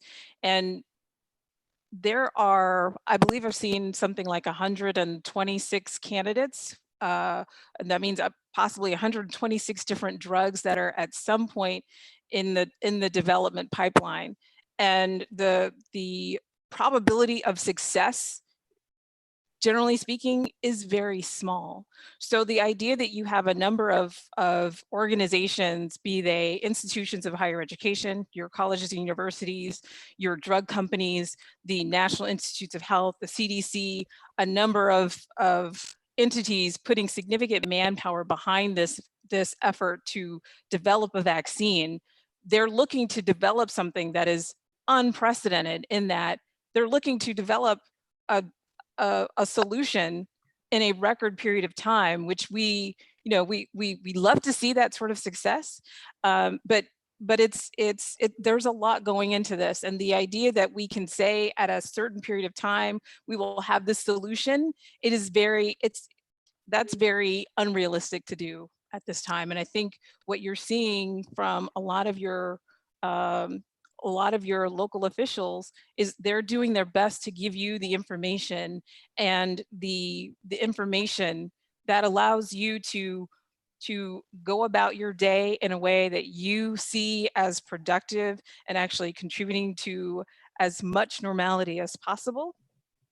and also enabling you to retain a semblance of hope and focus on the light at the end of the tunnel. So that there's a lot happening, and people are doing their best to step up. And I think we all have to do our best to step up and make sure that we take care of ourselves for as long as we need to, because we don't know when we'll be able to go back to what we previously saw as normal.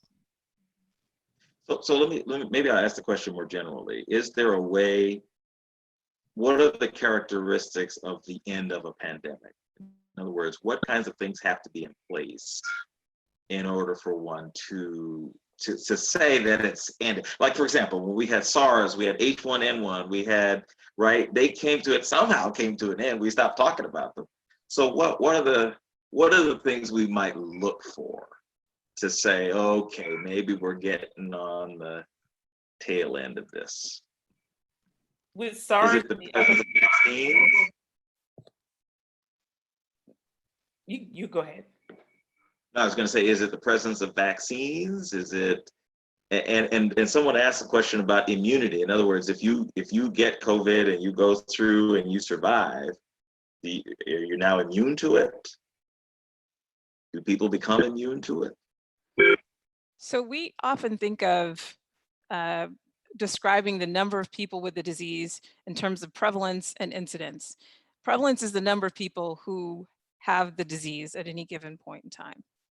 Incidence is the number of new cases of the disease. And so for us to consider a pandemic to have ended, I don't know what the official WHO criteria are, or even the CDC criteria are for the ending of it, but I would think one critical piece of that is seeing the number of new cases decline to a level that public health agencies are comfortable with saying, okay, we can loosen these restrictions. We can loosen these other restrictions over here. So you hear them talk a lot about this number of new cases were reported today. Here's the new number of cases last week. We have a downward trend, or the trend is steady. There's talk about flattening the curve. For this pandemic, it's not so much about seeing a steep drop in the number of new cases, but it is about seeing a leveling off, because there's an understanding that we're going to continue having new cases for a while. But we want the number of new cases to be low enough such that the healthcare system can adequately care for these patients. We want to avoid a situation where people are going to the hospital and not able to receive care because the hospital is inundated with too many patients who are suffering from the disease. And just remember, that's a great explanation. Yeah. That's a great explanation. Okay. And we probably won't get there for a while. I would imagine. We have seen, for example, I don't know where you've seen your different areas, but we've seen, we're calling it cautiously leveling off, but it's hard to see that when you see that new cases are still coming every day, and it seems like the number of new cases remains the same, but I guess they say it's leveling off because in relation to how many have come before, maybe it is leveling off. But I have to say, it doesn't give me much comfort when I still see, 80 cases of COVID, today. I don't know. And I know it's hard. At some point it will decline, right? At some point, the expectation is that it's going to decline. Right. Just not immediately. Right. And then some have also, we've talked about the disproportionate incidence of COVID in Black and Brown communities. Some answers I've heard has been because there's disproportionate health disparities, or there are health disparities in African American and Hispanic American communities, and so therefore it's not surprising to see that COVID impacts these communities more. Is that a fair assessment of it? And if so, what can we do about it? I also believe that a part of our community being more affected is the fact that we are truly the essential workers. We're the Uber drivers. We are the ones who are working out in the field where there are more chances for not getting the social distancing that we need. You know, many of our counterparts and other racial ethnicities are able to, I won't say able to stay home, but they're set up in a better situation that they're not the bread and butter of it every day, that they have to go out there on the grind and get what they need. So yes, the racial disparity of, like Sister Jones said, diabetes, heart disease, immunocompromised illnesses will put you at a higher risk for developing this illness, and also make it very difficult for you to recover from the illness. But we also are in a situation where we are a higher risk for exposure because we are not home waiting until it's safe to go out. Just I also, it's all, yes. I mean, you mentioned a number of different things, and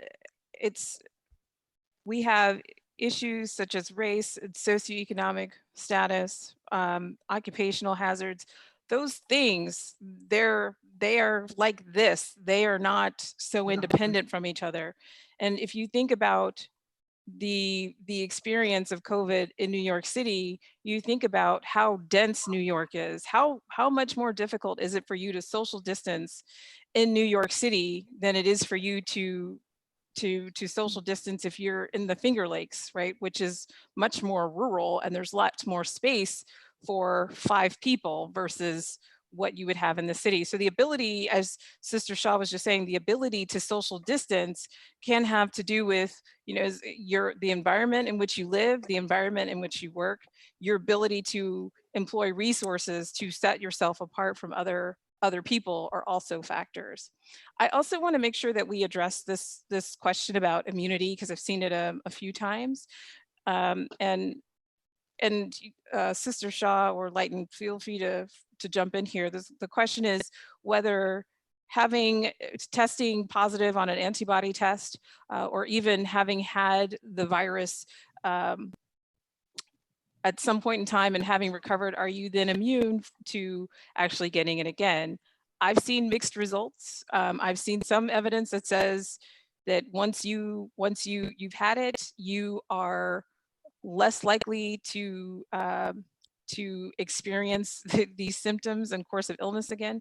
But I don't know what the official word is. So the last article I read is there has not been a documented case of a secondary infection from COVID, but they've had questions about it because they kept testing the same group of people over and over again.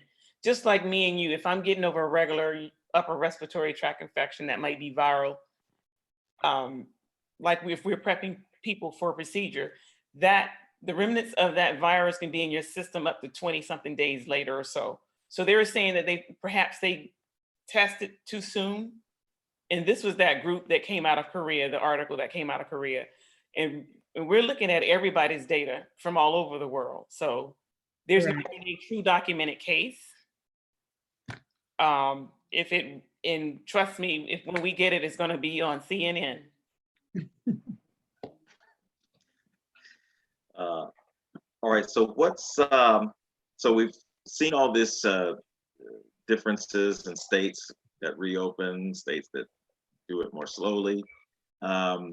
What's the likelihood? And I'm looking at you, Sister Shaw, about this because Florida seems to be at the center of this question, whether there's going to be a spike at some point later in the year, maybe in fall in cases because we've opened too soon and the same conditions that allow it to flourish the first time will be there again. And what's your assessment? Like all 3 of you to talk about this. What's our assessment about spike? Well, for me, I am looking at where we started talking about opening up about 2 weeks ago, and we actually had our official partial opening on Monday. As of 2 weeks ago, I was seeing maybe 1, 2, 3 per week as things had slowed down quite a bit. At this point, and it's too soon to tell because we'll have to have a couple of weeks to a month of people getting out and trying to get back to normal activity. And being in normal activity, how much protection are they practicing? Are they socially distancing and wearing their mask appropriately will be the factor that shows whether or not we're going to have a true spike or are we going to stay status quo. It is my opinion that come flu season, yes, we are going to see a resurgence of COVID, which will probably be as much or worse than the original flare. So Sister Lighten, you agree with that? What do you think? It's hard to say because in our community, COVID spiked because of mobility and people's access to mobility. So we were moving a lot when it spread. So I don't see us moving in a, how do you say, for my facility and for the military in general, we're cautiously approaching and cautiously opening up. Does that answer your question? Yeah, and we're doing that in North Carolina. Dr. Jones, what about you? What's your thought about the spike question? Whether or not we'll see a resurgence? Well, I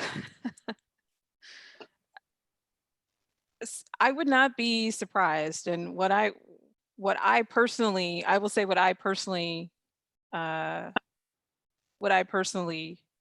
do here, and it's one of the things, you know, that Bishop talks about it.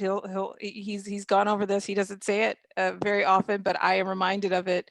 I am very often reminded of the idea that no man knows the hour, right? No man knows the hour, and since I don't know what will happen in the fall, I'm going to prepare for a worst case scenario. Because it would be great if there's no resurgence, but if there is, we want to make sure that we're prepared for that. Yeah. Well, that's a great note to see if we can't turn towards something more hopeful, which is that we do know, I think, from the excellent expert information you all have given us, we know what we're dealing with. And more than that, sounds like we've got great folks like you who are helping us through it and helping us see a light at the end of the tunnel. It may still be a long tunnel, but at least we have some idea what we're dealing with and how to deal with it. I didn't want to leave Deacon Shaw out. We've been talking all health, and I didn't know if Deacon Shaw, if you had some comments, particularly about some of these programs that are available for people on the economic side of the pandemic. Did you have any thing? Peace, everyone. This is Brother Shaw.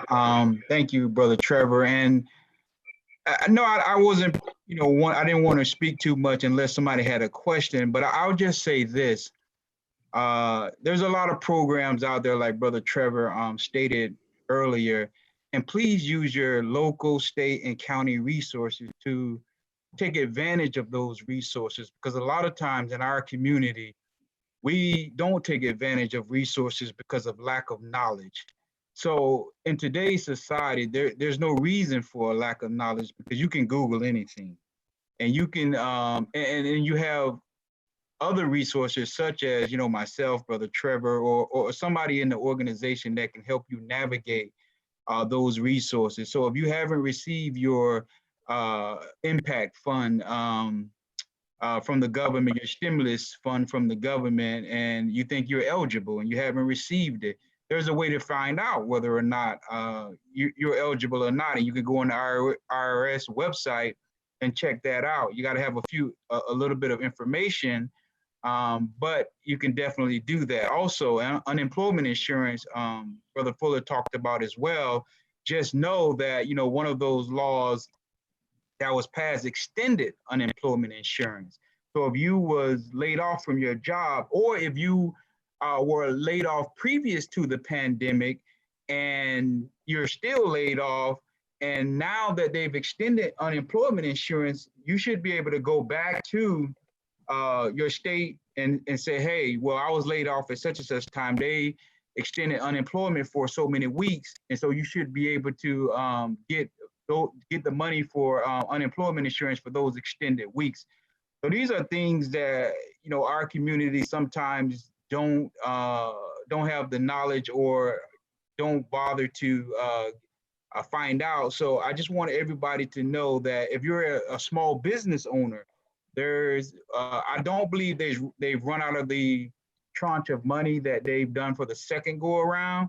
They did for the first go around, but they haven't run out of money. So you need to go down to your local bank and see if you can apply and get aid for your small business. Don't be afraid to go down there and apply. It may be a rigorous process in certain cases because a lot of times banks don't want to loan to small businesses, but there are a certain amount of monies in the SBA that is earmarked for small businesses, and we should take full advantage of everything that is offered to us. But I'll be quiet now. Thanks everybody. But if anybody has a question related to economics, either Brother Trevor or myself will be willing to try and answer it. Thank you. Thank you so much. And I just want to say, and I want to be respectful of people's time. We are so grateful that you all have given us your expertise on this really worldwide event that has affected everybody. And I want to thank you for all that you are doing to keep people safe, to care for people, especially on the front lines where you are called upon to be in contact with people who are knowingly carrying the disease or not knowing that they carry the disease. So thank you for your service to us all. And thank you to everybody who joined this session. This has been, at least for me, really informative. And I hope it has been for you too. And I don't know if Bishop is still with us, but I'm so grateful that he joined us tonight and for this whole men's conference. What an ability that we have shown that in the due course of this disease, in the midst of these troubles, that we can come together and commune together as brothers and sisters in Christ, and know that as Dr. Cynthia Jones said, that God knows all, and he knows what we're going through. He knows what's happening on the other side. So let's all remain faithful, let's remain strong, and thank you to everybody who put this program on, because it's not easy for this to be done, and we've got great brothers and sisters who have done a great job to make this even possible.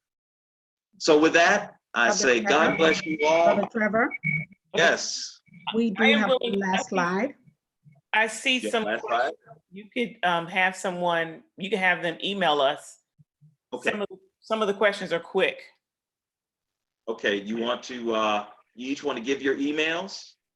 I will give mine. Do we have it in the chat? Do we want to put it in the chat? Maybe everybody can put their email in the chat. If I put mine in the chat, because I'm the host. Okay. I'll give it to Brother Shaw. Yeah, I think Brother Shaw can probably get. That's fine. I can also give mine to Brother Shaw. We do have one last slide. Yes. So is that okay now, Brother Trevor, that I move forward? Absolutely. Okay. Yeah. So while COVID pandemic has changed the world in a lot of negative ways, there have been positive changes. God is truly in control. Healthcare workers are holding prayer vigils in their communities, standing in the halls, praying for patience and worship to God and giving him all the praise. Please play. You have improved where, people are getting extubated. And it's not about offending anybody about faith. It's about that we need all the encouragement we can get. And I cried on the way over here, and I'm not here for the money. I don't care what anybody says. If they took that check, I would still be here. I'm riding this wave until it's over. Either I'm going to die of this coronavirus or I'm going to beat it.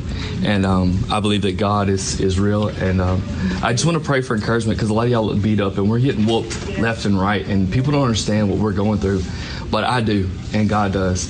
And so I just want to pray for encouragement real quick with you guys. Lord Jesus, we come to you today, God. We thank you, Lord, for our health, God. We ask you, Lord, that you touch our families, God. You touch our friends. You keep them close, God. Put a hedge of protection around our brothers and sisters, God, and our families, God, while we're not there, God, and our children, God, and give them peace and understanding of why we're doing this. And God, I ask you, Lord, that you touch my brothers and sisters right now, God, and my fellow medical workers, God, and let our light shine, God. And Lord, we just need a peace that passes all understanding, God. We need a holy anointing and a fire, God, to purge our hearts, God, and help us to understand, God, that we're doing this for a greater cause and a greater good. And God, you said you look for a man to stand in the gap, and here we are. And you said who you would send, and we said send us, God, and we are here, Lord, and we're moving with compassion, God, and we just want to make a difference, God, not only in these patients, God, but in this world, and God, in this medical field, God, in this hospital today. Let your Holy Spirit move to every unit, God, and sweep through here, God, and we rebuke every sickness and every spirit that would come against us, God, in the name of Jesus. And God, we know, God, that you're a healer and you're a deliverer, God, and we can do nothing without you, God. We are your children, God, and for those that are weak in the faith, God, we're those that are strong, lift them up, God, and just help us to be a support and encouragement, God. Now, Lord, walk with us tonight, God. Give us peace, give us hope, give us joy, God, give us laughter, God. There's a time to live, there's a time to die, there's a time to laugh, there's a time to cry. And God, we've cried long enough, Lord, and we ask you, God, right now, be with us. Be that rod and that staff that you promised us. Yea, though I walk through the valley of the shadow of death, I will fear no evil, for thou art with me, God. Be with us today, God. I feel your presence, I feel your spirit. We thank you for everything that you're doing. Give us that peace and that comfort, Lord. We love you. We give you the praise, the glory, and the honor. In Jesus' name we pray. Amen. I just really thank God for that. I look at, there was a time where we were not allowed to pray in schools, and they had taken prayer out of hospitals, and people are just truly being transparent and giving God the glory for all of that he has done. So when I was doing this PowerPoint, yes, we wanted to talk about the mortalities, but one of the reasons why I made sure to document the amount of patients who have survived is because just like that prayer went out by the physician in an open hospital wing, is that God is still so good and he is still so merciful to us. And we just ask you all to continue to pray for those who are suffering from this virus and those who are on the front lines trying to be a difference in the care for these people. Thank you so much, Sister Shaw. That was terrific. And again, I want to say to everybody, thank you for being part of this session, this first virtual men's conference, and seeing all of your faces and all the chat we had at the beginning. It really, really lifted my spirit tonight, and I hope it lifts yours too. May God bless you all, and may God bless this church, bless our bishop, and all who mean us well. Amen. Thank you. Peace be unto you all. Thank you. Be unto you. Really appreciate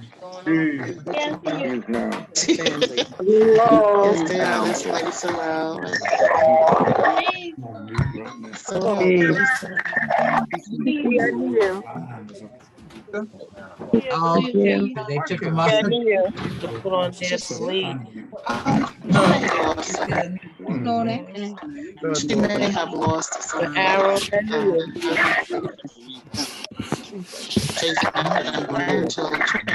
I lost. Waited too. Everyone. Was in there? No, he was sound like he was addressing y'all. Yeah, that's too much. 300.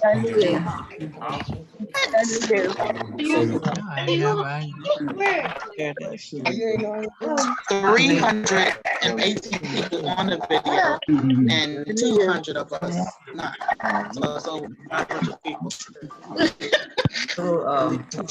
What's called right there? That's the connection. The mail. 300. He got on now, so that's him. Hey, I see you, Edie. Really happy for them. We really appreciate them and what they're sharing with the community. He wants to enjoy the So it's like still muted. God bless you. He's still muted. The real thing about he's I'm not muted. Oh. Guys. Cheers. Some people, ain't nobody got a system, brother. Oh, okay. Hey, sister Wanda. Think her name, but that's just her. Hey, teacher. Hey, you are. Peace, everybody. Peace. Everybody. Peace, everyone. Peace, everybody.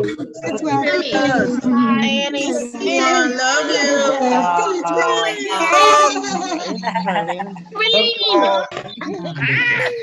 Peace and love. Shayla. One of them girls. Is aging. Not aging well.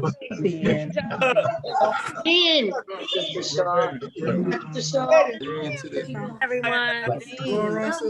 Paula.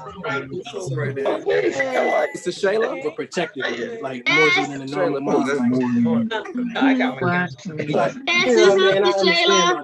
She's doing too much. She's Tanya, girl. Because we're union. We're talking about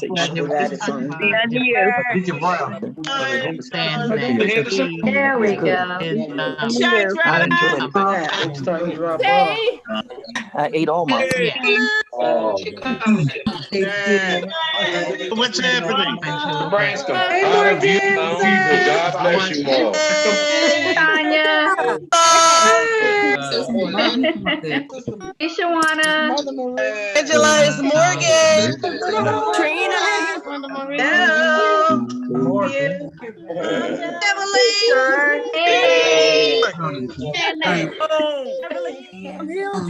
Love you all. Hey, Mother Wallace. Hey, Mother Wallace. Family. Love you To all, Louise. family. Hey. You all.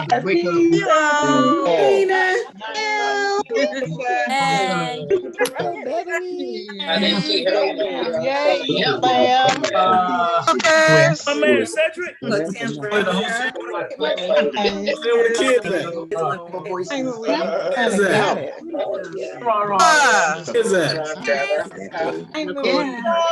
Bucket.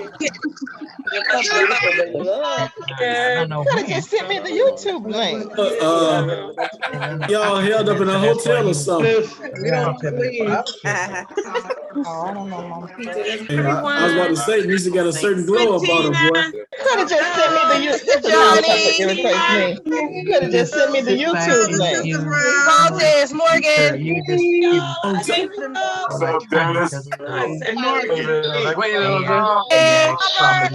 Everybody talk. Everybody. Let me get started in here. I might mess around around the house. Oh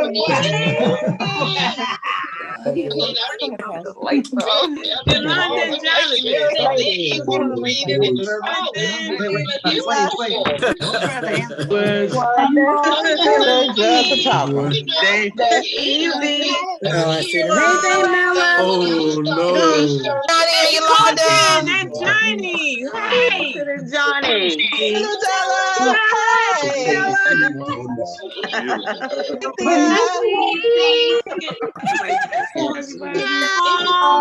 I love you,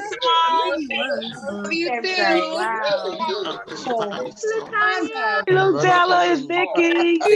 Hey, I clicked off at the end of that session.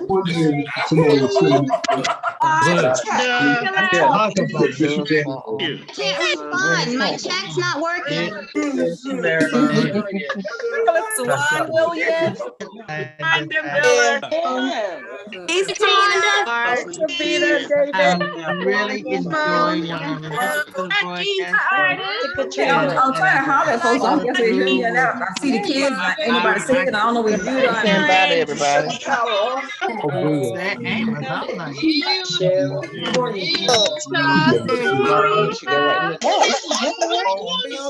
Because if you type, so everybody else just start typing it and just cascade. The person was there when you typed. Very good, actually. Information, but what up, Danny? What's going down? Hey, Drew! What's happening?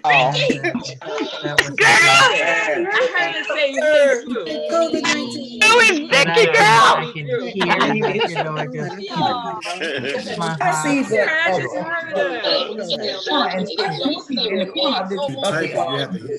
Love you all. Delaware, actually. I saw Danny up there. Congratulations, Sister Brenda.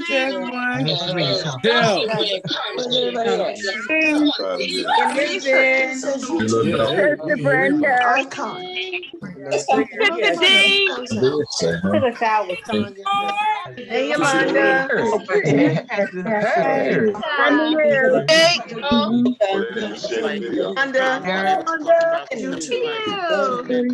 Actually, what you want? What's the name? Adelian.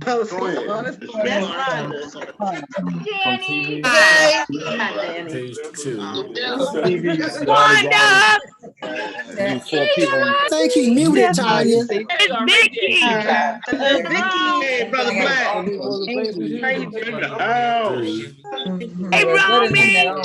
You got a video and put you up front. If you just got a still or not a video, it put you I saw y'all standing right there.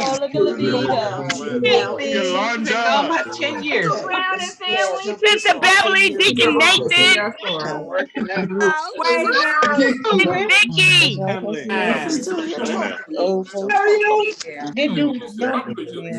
He over here? She doing fine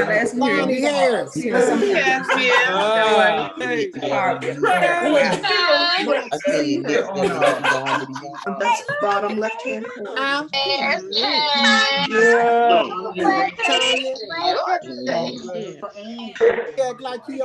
Linda. So we don't know. Peter and Mother Waller. Come back. Romy, Mr.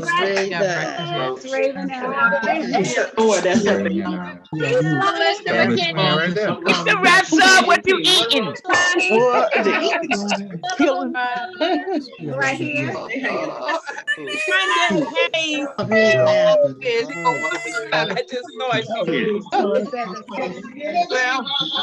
I'm so hungry. I go to page. We just on the big That's beautiful. What's a child? You know.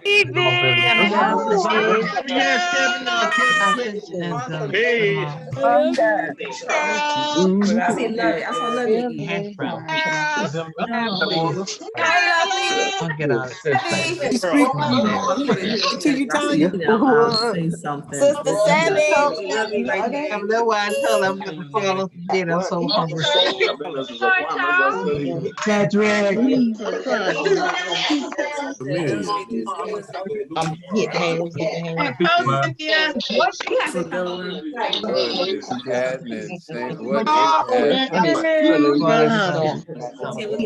I don't see Cedric and Sandy.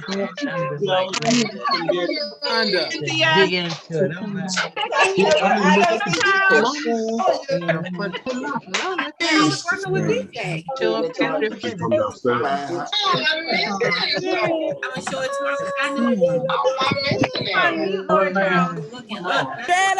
I see you now. Don't want to be seen, boy. Yeah, that goes in.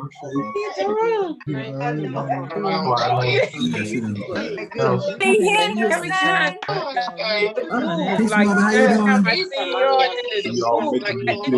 Like church after. Oh, look at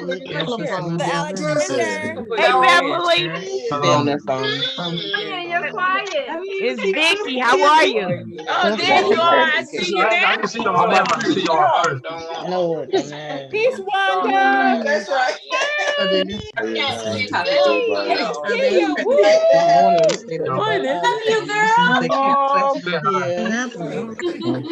I'm trying to get girl.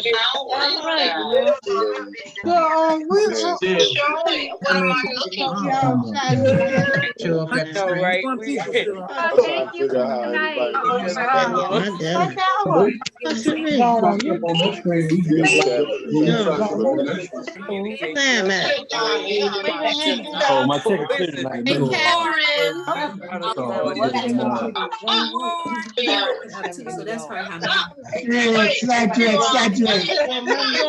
In the house.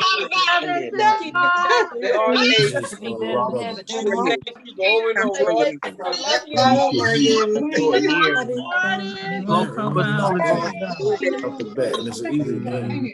Okay, love you. So in Florida, we're seeing the movies down there.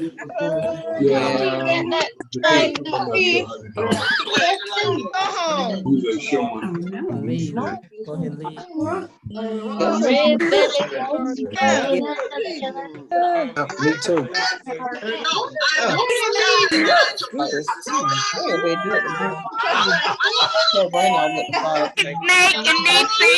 It's Vicky.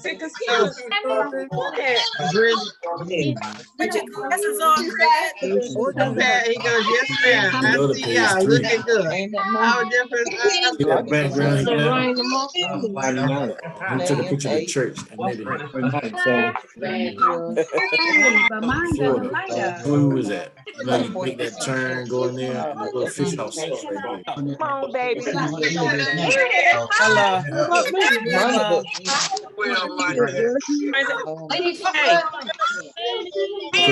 He put this background first, like he in Colorado. Yeah. Smile. Oh, baby. Over here. Hey, I'm trying to speak to Lavita. Yolanda. No, brother Danny, brother Danny.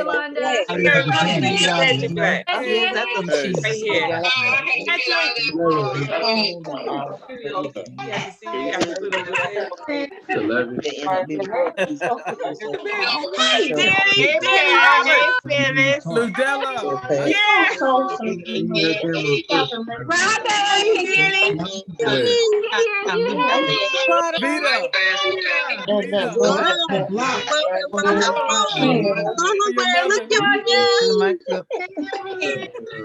I've been trying to speak to you for the longest.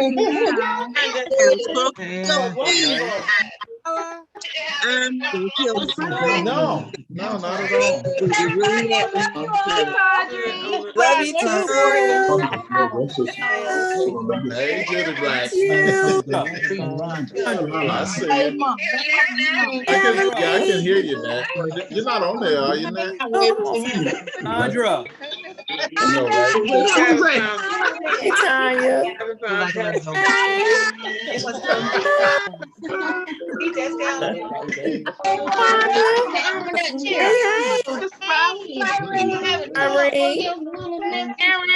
I see you over there. What's up, Latanya? How y'all Hey, doing? Cheryl. Hey, Tanya. Hey, Sharon, Yolanda. Yolanda. They're talking about you.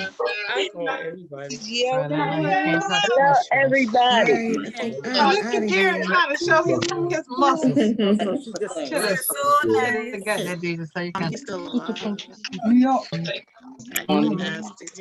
Hey, Lodia. Down there. That was the One and one. Oh, there he is. Oh, okay. I see her. I think they can open up all the games so they can go to Angela.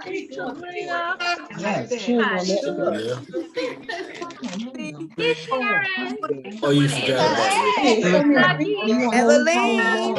Evelyn, how are you? Yeah, you're all better? All better? Really?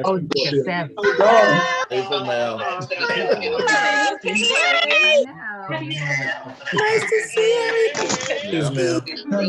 117. This is a horror. No, I didn't get the cameras done. Derek in the No. background. Sharon.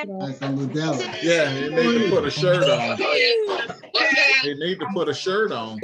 No, Derek. Oh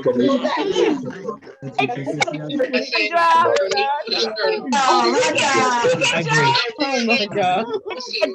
Oh no, I don't see Need to you put on a shirt on. I remember I saw you. Do what? Them. You don't. What's that? I'm on the video. Sharon. Yeah, just said that. He said he got it going on with his wife. Might have been. Playing music. Yeah. Doing Danny.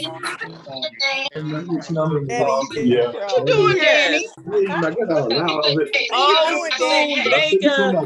Old school mega. Danny got old school I mega. heard you, Lisa. I really did. Somebody trying to DJ tonight. Hear you. I knew I heard you. It's black feet on nuts. Oh, Shadrana. Where are you? Husband. Hey, brother, how you doing? Hey. He's signing out. I'll get my oil changed. Look at him. Put his face up. Hey, I'm so hot. How do you use synthetic? How y'all doing down there? Put his face up. Good, that's good. He put his face up there. Tell everybody I said hi and send me love. Let me tell you how small this world is.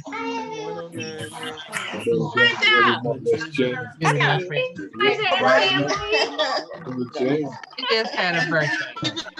Be loud. Everybody get away.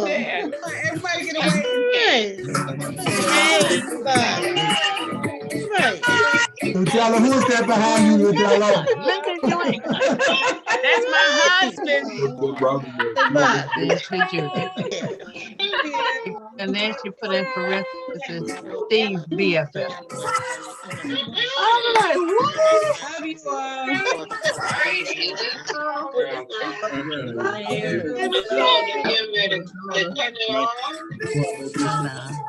I just saw him flash across the top. Peace, everyone.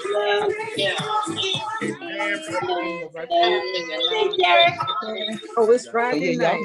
when you get home, you still Oh, up. that'd be nice. Oh, yeah. It's gonna cut out, come my internet. Shadrata, I see her now. Hello, peace, everyone. You coming out Monday, right? Yeah. We need to go get stuff tomorrow. The party. Yeah. Peace, everyone.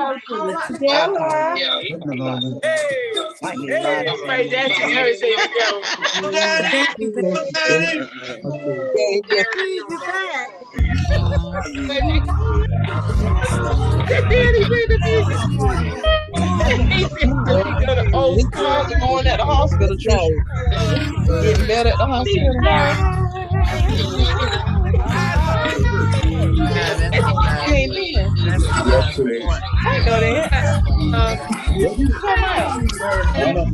Why you stop?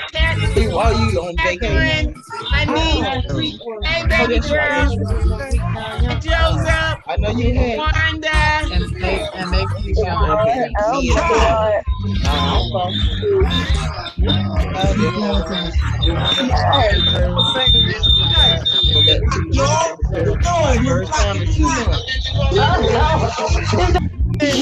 I've enjoyed Mary Kane dance.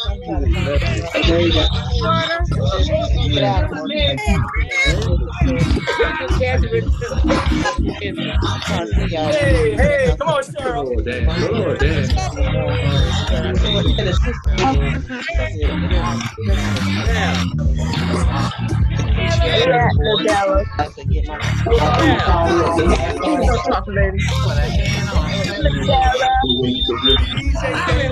How are you?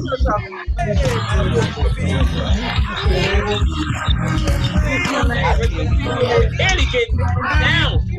Okay. Come on, Tim.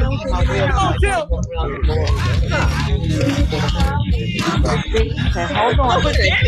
Are you there? Okay. Hang up. Hold on.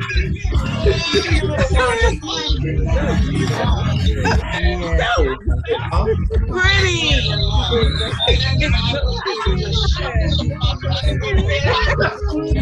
For the ladies here, that's what the ladies looking like. She's like, got a hand on her face. Going bigger than that. Put on my outside, my thing kept falling. So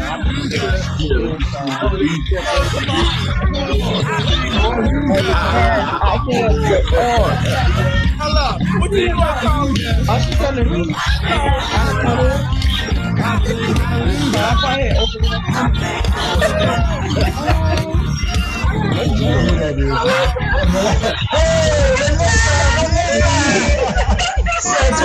My brother ATL. Don't have your little camera on your screen. In the bottom of the left part of your screen where it says stop video. Don't let me unmute it.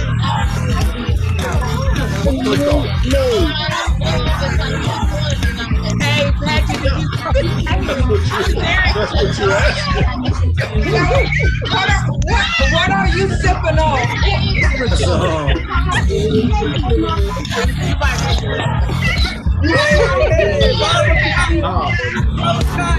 get down.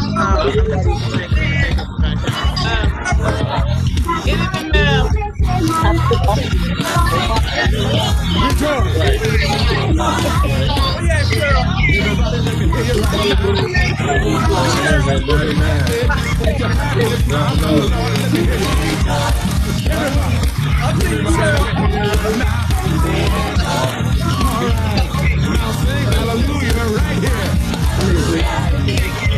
I got it. You have a phone. She was on my phone. Another problem. I got my phone.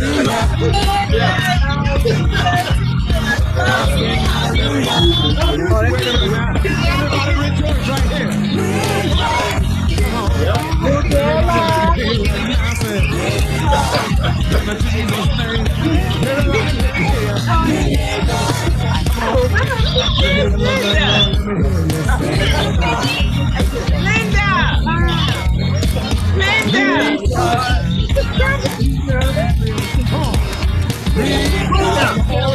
Hey, Linda!